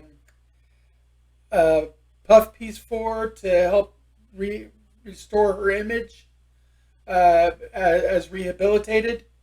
The girl from a couple of episodes ago where her piece superseded the other reporter's piece against Iris's original orders. But she ended up doing the profile to help restore the one girl's reputation. Well, she was also going to be turning like state's evidence or whatever against the criminal gang. And so the criminal gang's after her, and CC Media is protecting them.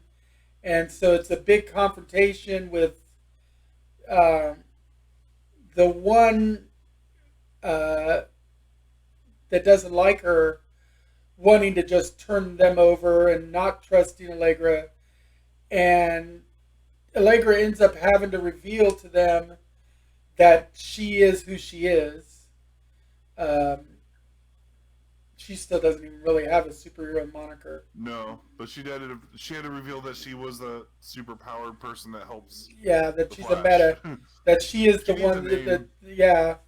Well, I think she's going to end up getting a name, and it may be something like Photon or something like that, because she has that light spectrum ability.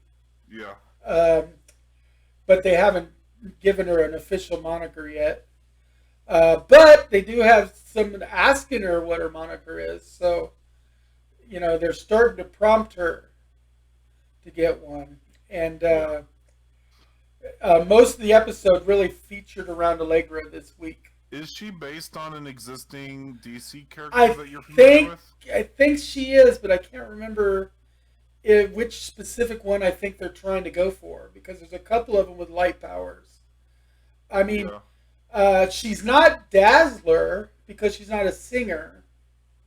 Even though Dazzler had light powers, her light powers were reflected through her singing voice. Isn't Dazzler a Marvel character?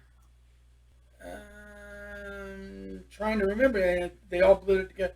No, I think Dazzler's a DC. Let's see here. I can't type today.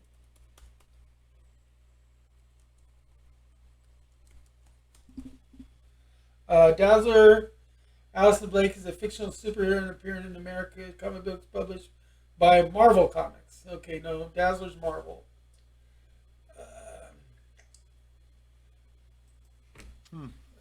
Let's do one other thing real quick, though. I found a comic book, version of Allegra Garcia. That's the girl that we're talking about. But it doesn't seem to indicate any kind of alias.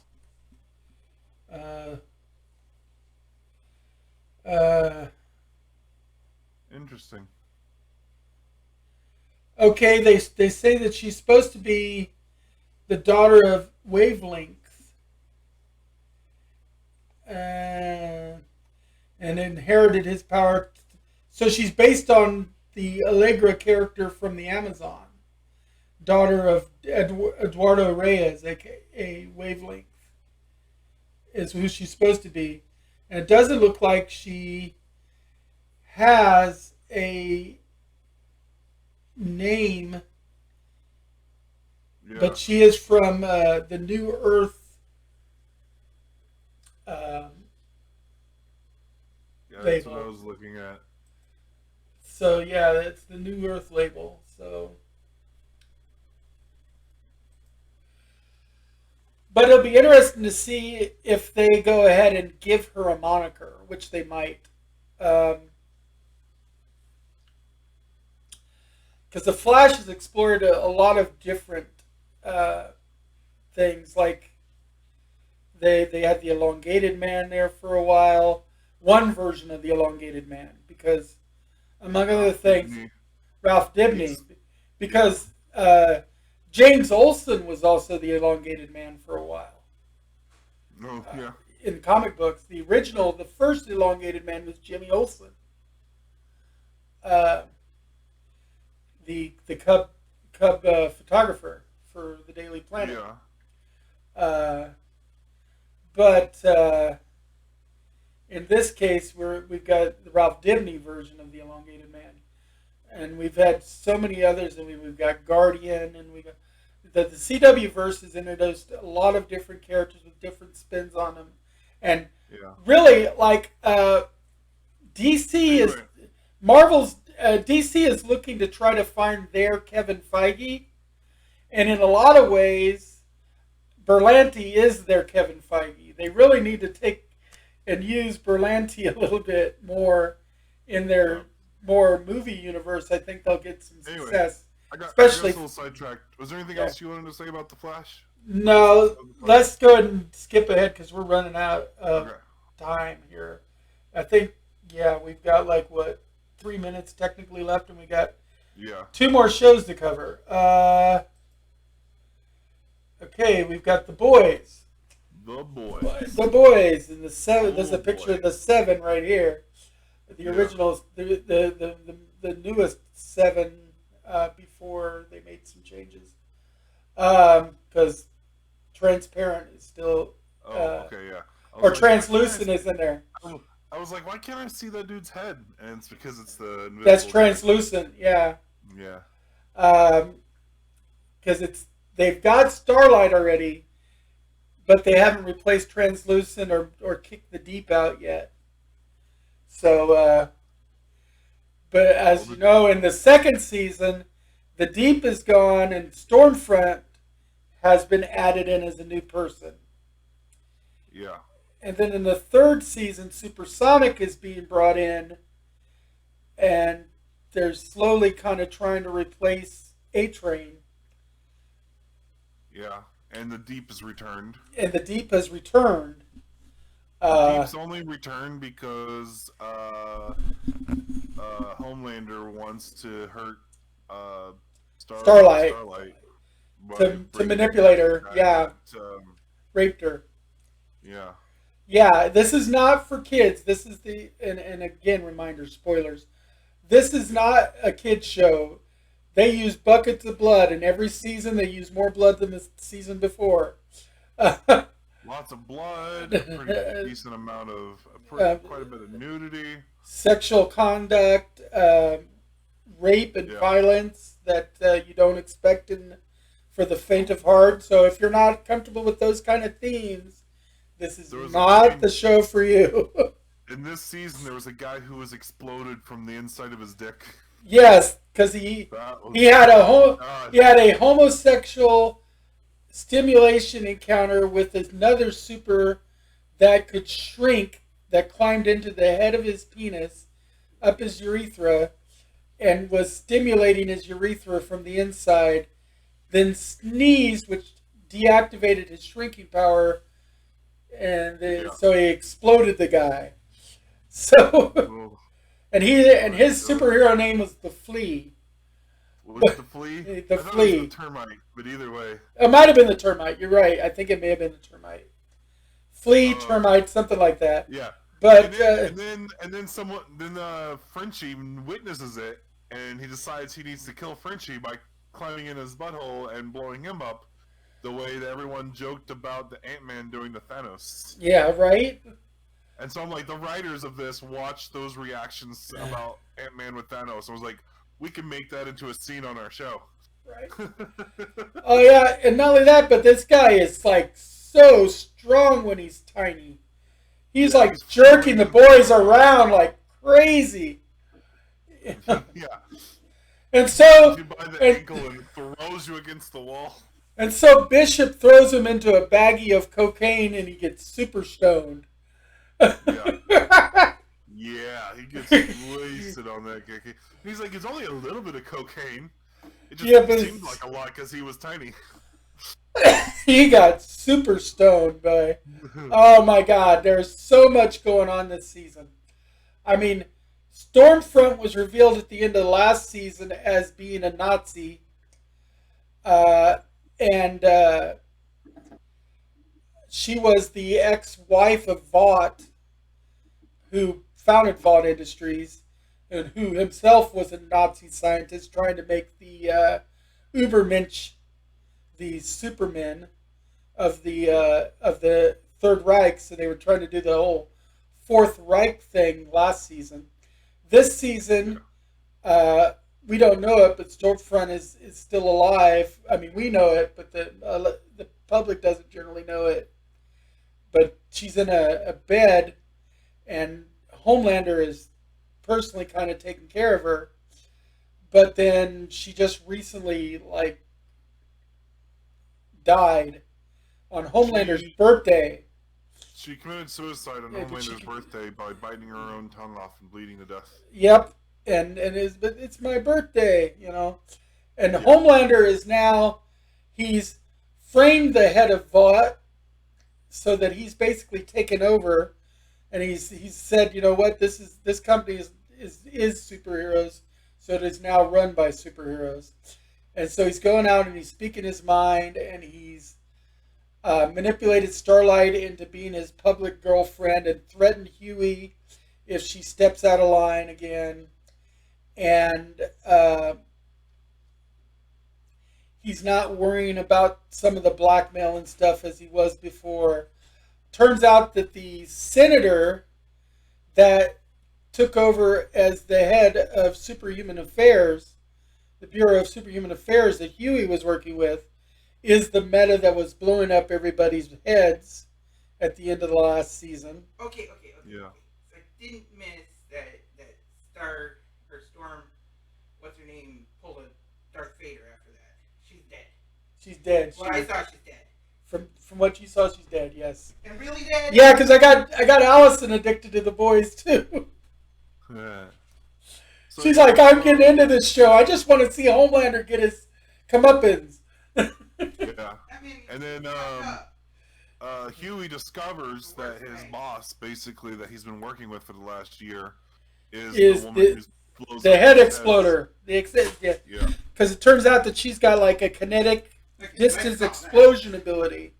She can explode things from a distance, and she mainly targets people's heads and stuff. So she kills this one friend from her past that searches her out and stuff, and so she ends up having to kill him to keep him quiet, even though he was a friend that she actually cared about. She also turns out that she was like the adoptive daughter of the head of Vought. Yeah. But then she betrays him for Homelander. Yeah, I think she portrayed him out of fear of Homelander because Homelander knew who she was and what she was, and he even challenged her to, he's like, let's see if your powers work on me. And she didn't risk it. Yeah, she didn't risk it. With all this going on, Huey gets back together with Butcher and crew, and the boys get back together. And they start hunting for the weapon that was used to kill Soldier So- Boy, who's played by Jensen Ackles from Supernatural, who back in the 60s was the Homelander of its day, who was seemingly killed at some point, and they're trying to find the weapon that was used to kill him. They go to Russia, where the weapon supposedly is, and instead of finding the weapon, they find a sleeping Soldier Boy Yep. and wake him up on accident, and then he breaks free. He discharges a red energy thing from his chest. I don't know if it was on purpose. Looked kind of like it was an accident. Discharged a red energy thing from his chest, which then seems to have killed Kimiko, I believe is her name. The silent Kimiko. girl. Kumiko, yeah. And then takes off. I'm So not now sure he's if back. Kumiko's going to stay dead, though. Yeah. I'm She not almost sure because heals, but- she's she got almost that heals, but Wolverine healing-like ability. Yeah, but Frenchie and them were pointing out how she isn't healing. They're like, why isn't she healing this time? But she just might have gone dormant. You know how these superhero things Yeah, can be. yeah. So we don't know how it's going to turn out yet, but it's not looking good for her. And Butcher and Huey are also taking V29 or whatever, which is, I think it's 29. It's a temporary V. It lasts for like 29 hours or something. Yeah, well, it gives them superpowers for 24 hours. He And gave Butcher super strength and the laser vision. super invulnerability or whatever, and in laser vision, which is more precise. It's more of a cutting than a burning, like what Homelander does. Homelander is more of a burning, whereas his is more of a slice. His is more a laser. Yeah, and then Huey, in addition to the super strength and durability, got teleportation. Mm-hmm. And they're all kind of looking down. Everybody else is kind of looking down on them for using it. But you got to admit, it's a good contingency plan. If you're going to fight Supes, it's a good idea to possibly have a small arsenal of superpowers to help you out. But I could also see where it could become a crutch and very addictive. And that's probably where they're going with this. Starlight, like I said, is scared. Maeve is absolutely terrified now because of Homelander basically taking over. Because Maeve is the one that clued him in that there's a weapon that possibly killed Soldier Boy that they could use against Homelander. Maeve is the one that clued him in on that fact. Because at the beginning of the season, the boys were working under the auspices of the Bureau of Superhuman Affairs. So Huey was actually acting like their liaison, and he was working in the office as not part of the boys' strike team. And then Butcher and Frenchie and Kumiko were going out and doing the job. And Mother's Milk was retired.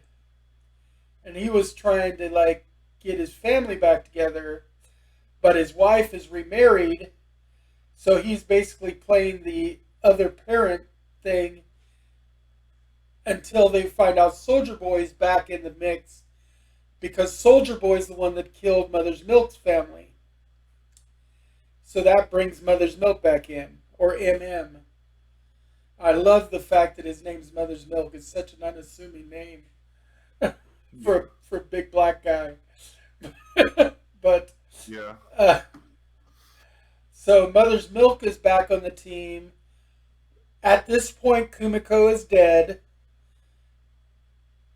Frenchie is being begged by his one contact to just leave the country with her, and because she wants him to get out. And now that Kumiko's not there to hold him, he might try, because it was Kumiko. He was originally going to do this one job, finish this one job, then run off with Kumiko, because Kumiko was tired of Butcher too. She didn't want to deal with him anymore. Uh, she says he's just as bad as Shining Light. He just manipulates and uses people for his own agenda. And she's not wrong. Yeah. You know, he's a right bastard, he is.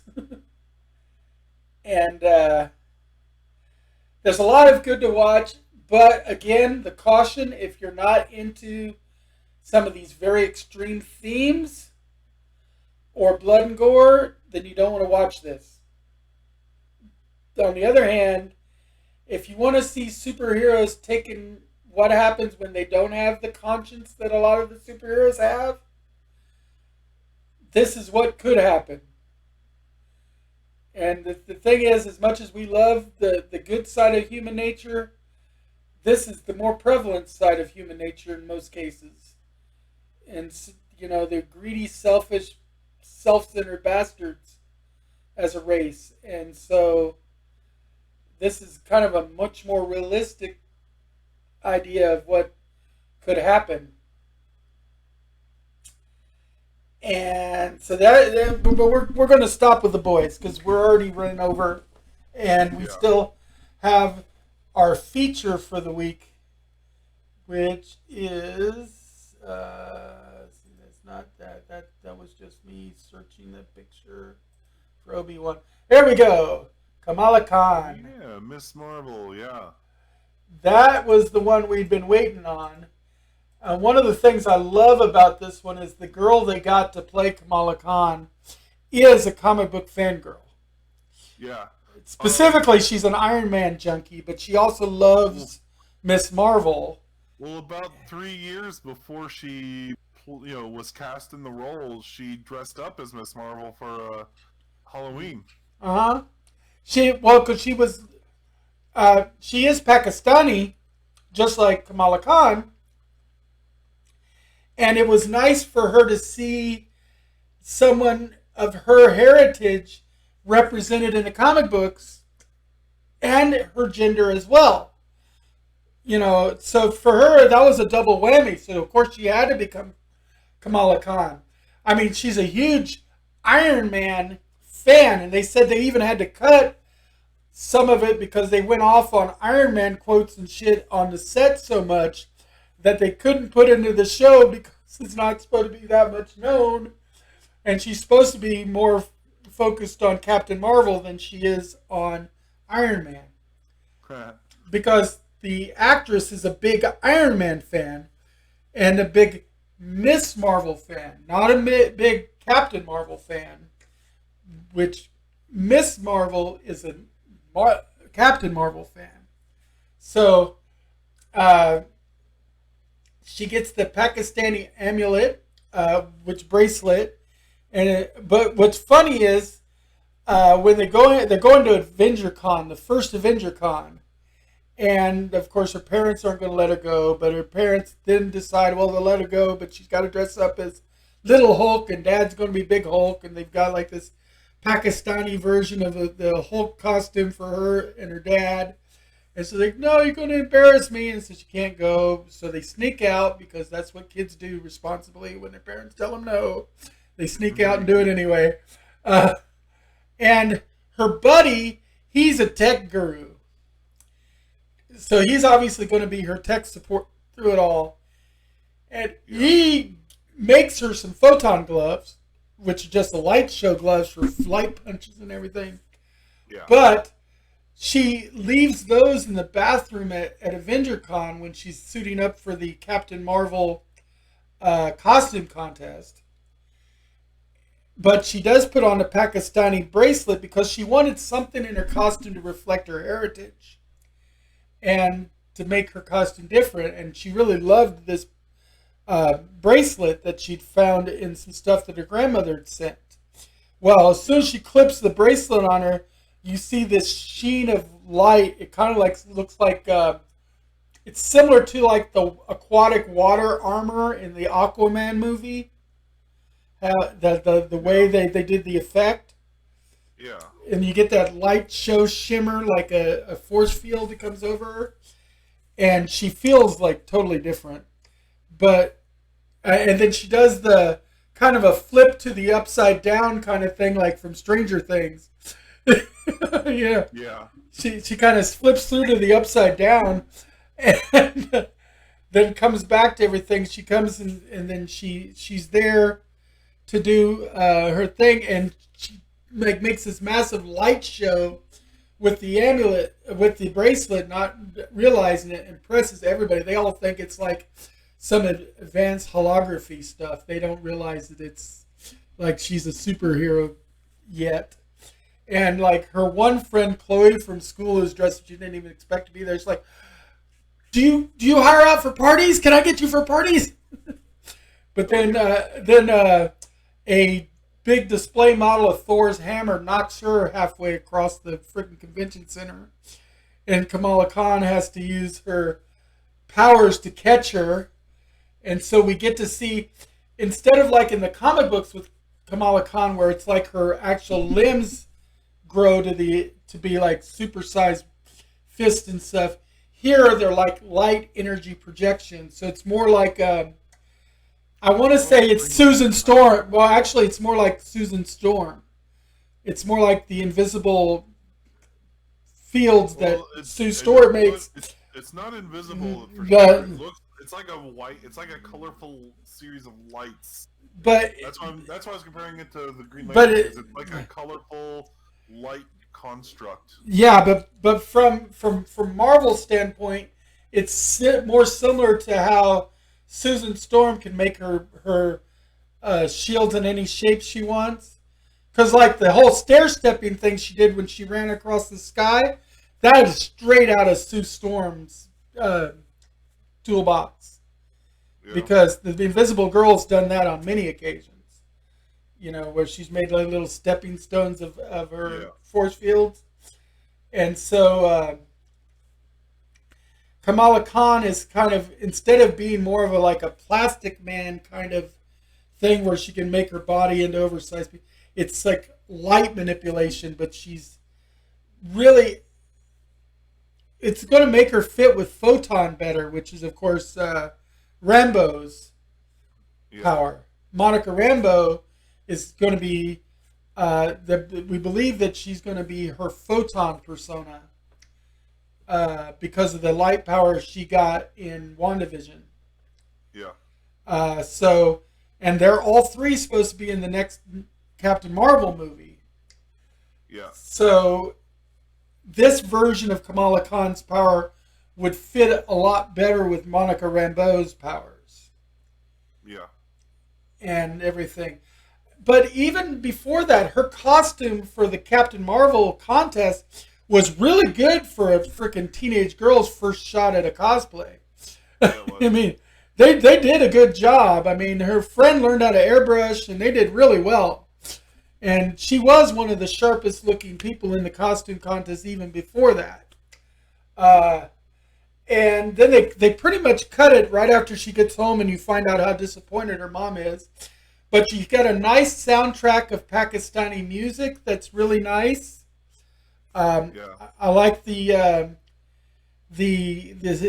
sitar and some of the other Pakistani instrument playing that goes along with it. It kind of fits the mood and theme of the show. And I'm looking forward to seeing what they do with it. I mean, we only get 6 episodes of this, just like with a couple of the others. I really wish they'd bring another 9 or 12 episode Marvel show in, but I understand. There was also a brief scene at the very end where there was some government looking people. It might have revealed who they were, and I don't remember it.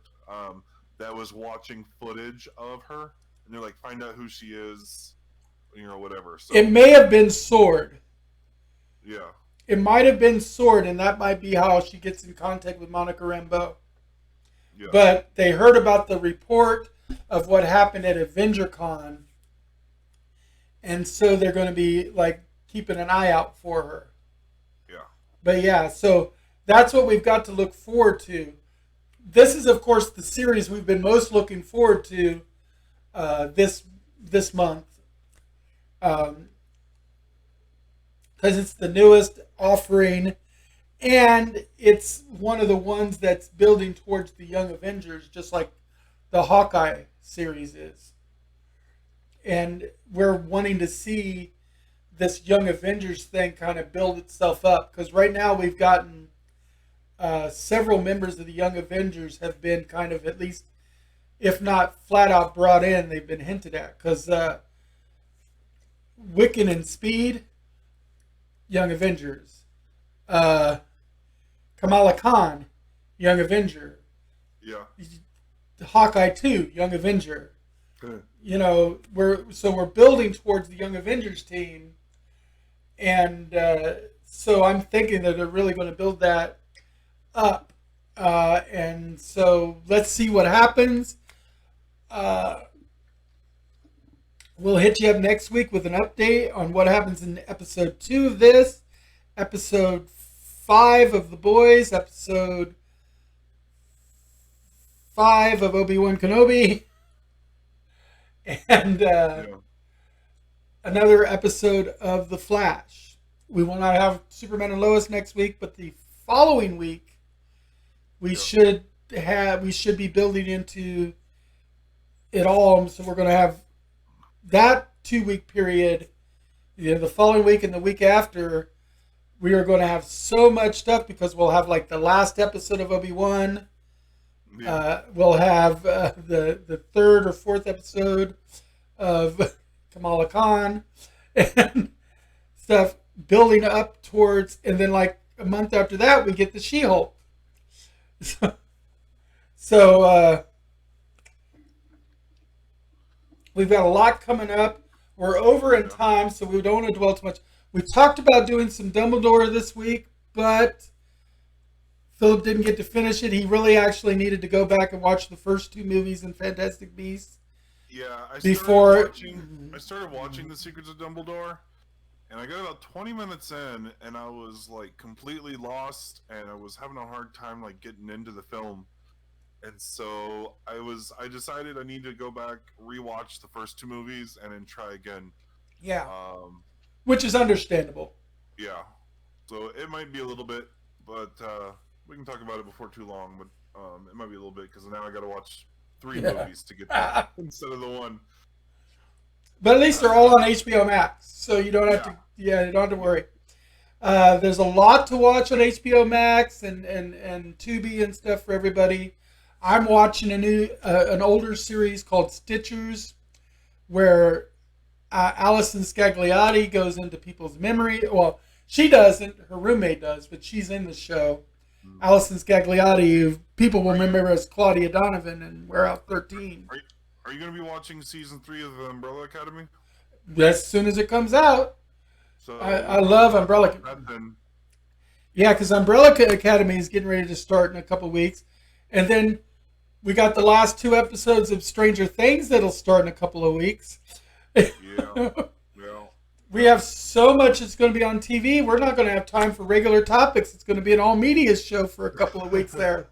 And it very well might be. We might come in and say, guess what? It's our all-media extravaganza. We're going to be like, hey, look, PlayStation exists, Xbox exists, now let's get into the media stuff. Because we're going to have so much to talk about. And then, of course, Love and Thunder is out in the theaters now. So we've got Thor. I'm going to need to wrap it up. My ears are starting to hurt. I've worn my headset. Before this meeting started, before we started doing our podcast, I spent over 6 hours wearing these for work and meetings, back-to-back meetings. Right. For the last 6 hours of my work day. So then I had time to shower and then get ready for this podcast. So I'm ready to take headset off. Yeah. I'm ready to wrap up. So we're going to wrap it up for this week. We're going to wish everybody a wonderful week. Stay safe out there. Stay healthy. If you get a chance, hit the movie theaters and go see Love and Thunder this week. I don't think I'm going to make it, unfortunately. I'm not sure if I'm going to make it to see it in theaters at all. We'll see. My one friend that I do typically take to the movies like that is in ICU still. So, and I don't like going by myself, and I can't talk Allison into going most times. So, for those who are fans of Dungeons and Dragons, we are doing something called a Festival of Champions at Metagames all this week. You can check the Springfield Metagames D&D group on Facebook to see if you want to sign up and play a character. You start with a first level character, and what we're doing is team dungeon runs for points, where we're going to be working on things like physical prizes and stuff there. Colby is the one organizing that. I'm actually playing this time, not DMing. But if you want to get in on that, jump in on that. We will catch everybody next week. Same bat time, same bat channel. May your wishes not be screwed up way too much when the genie finds a loophole. Remember that the devil's biggest thing is he tells you the truth, but he tells it in a way that he's going to get you. And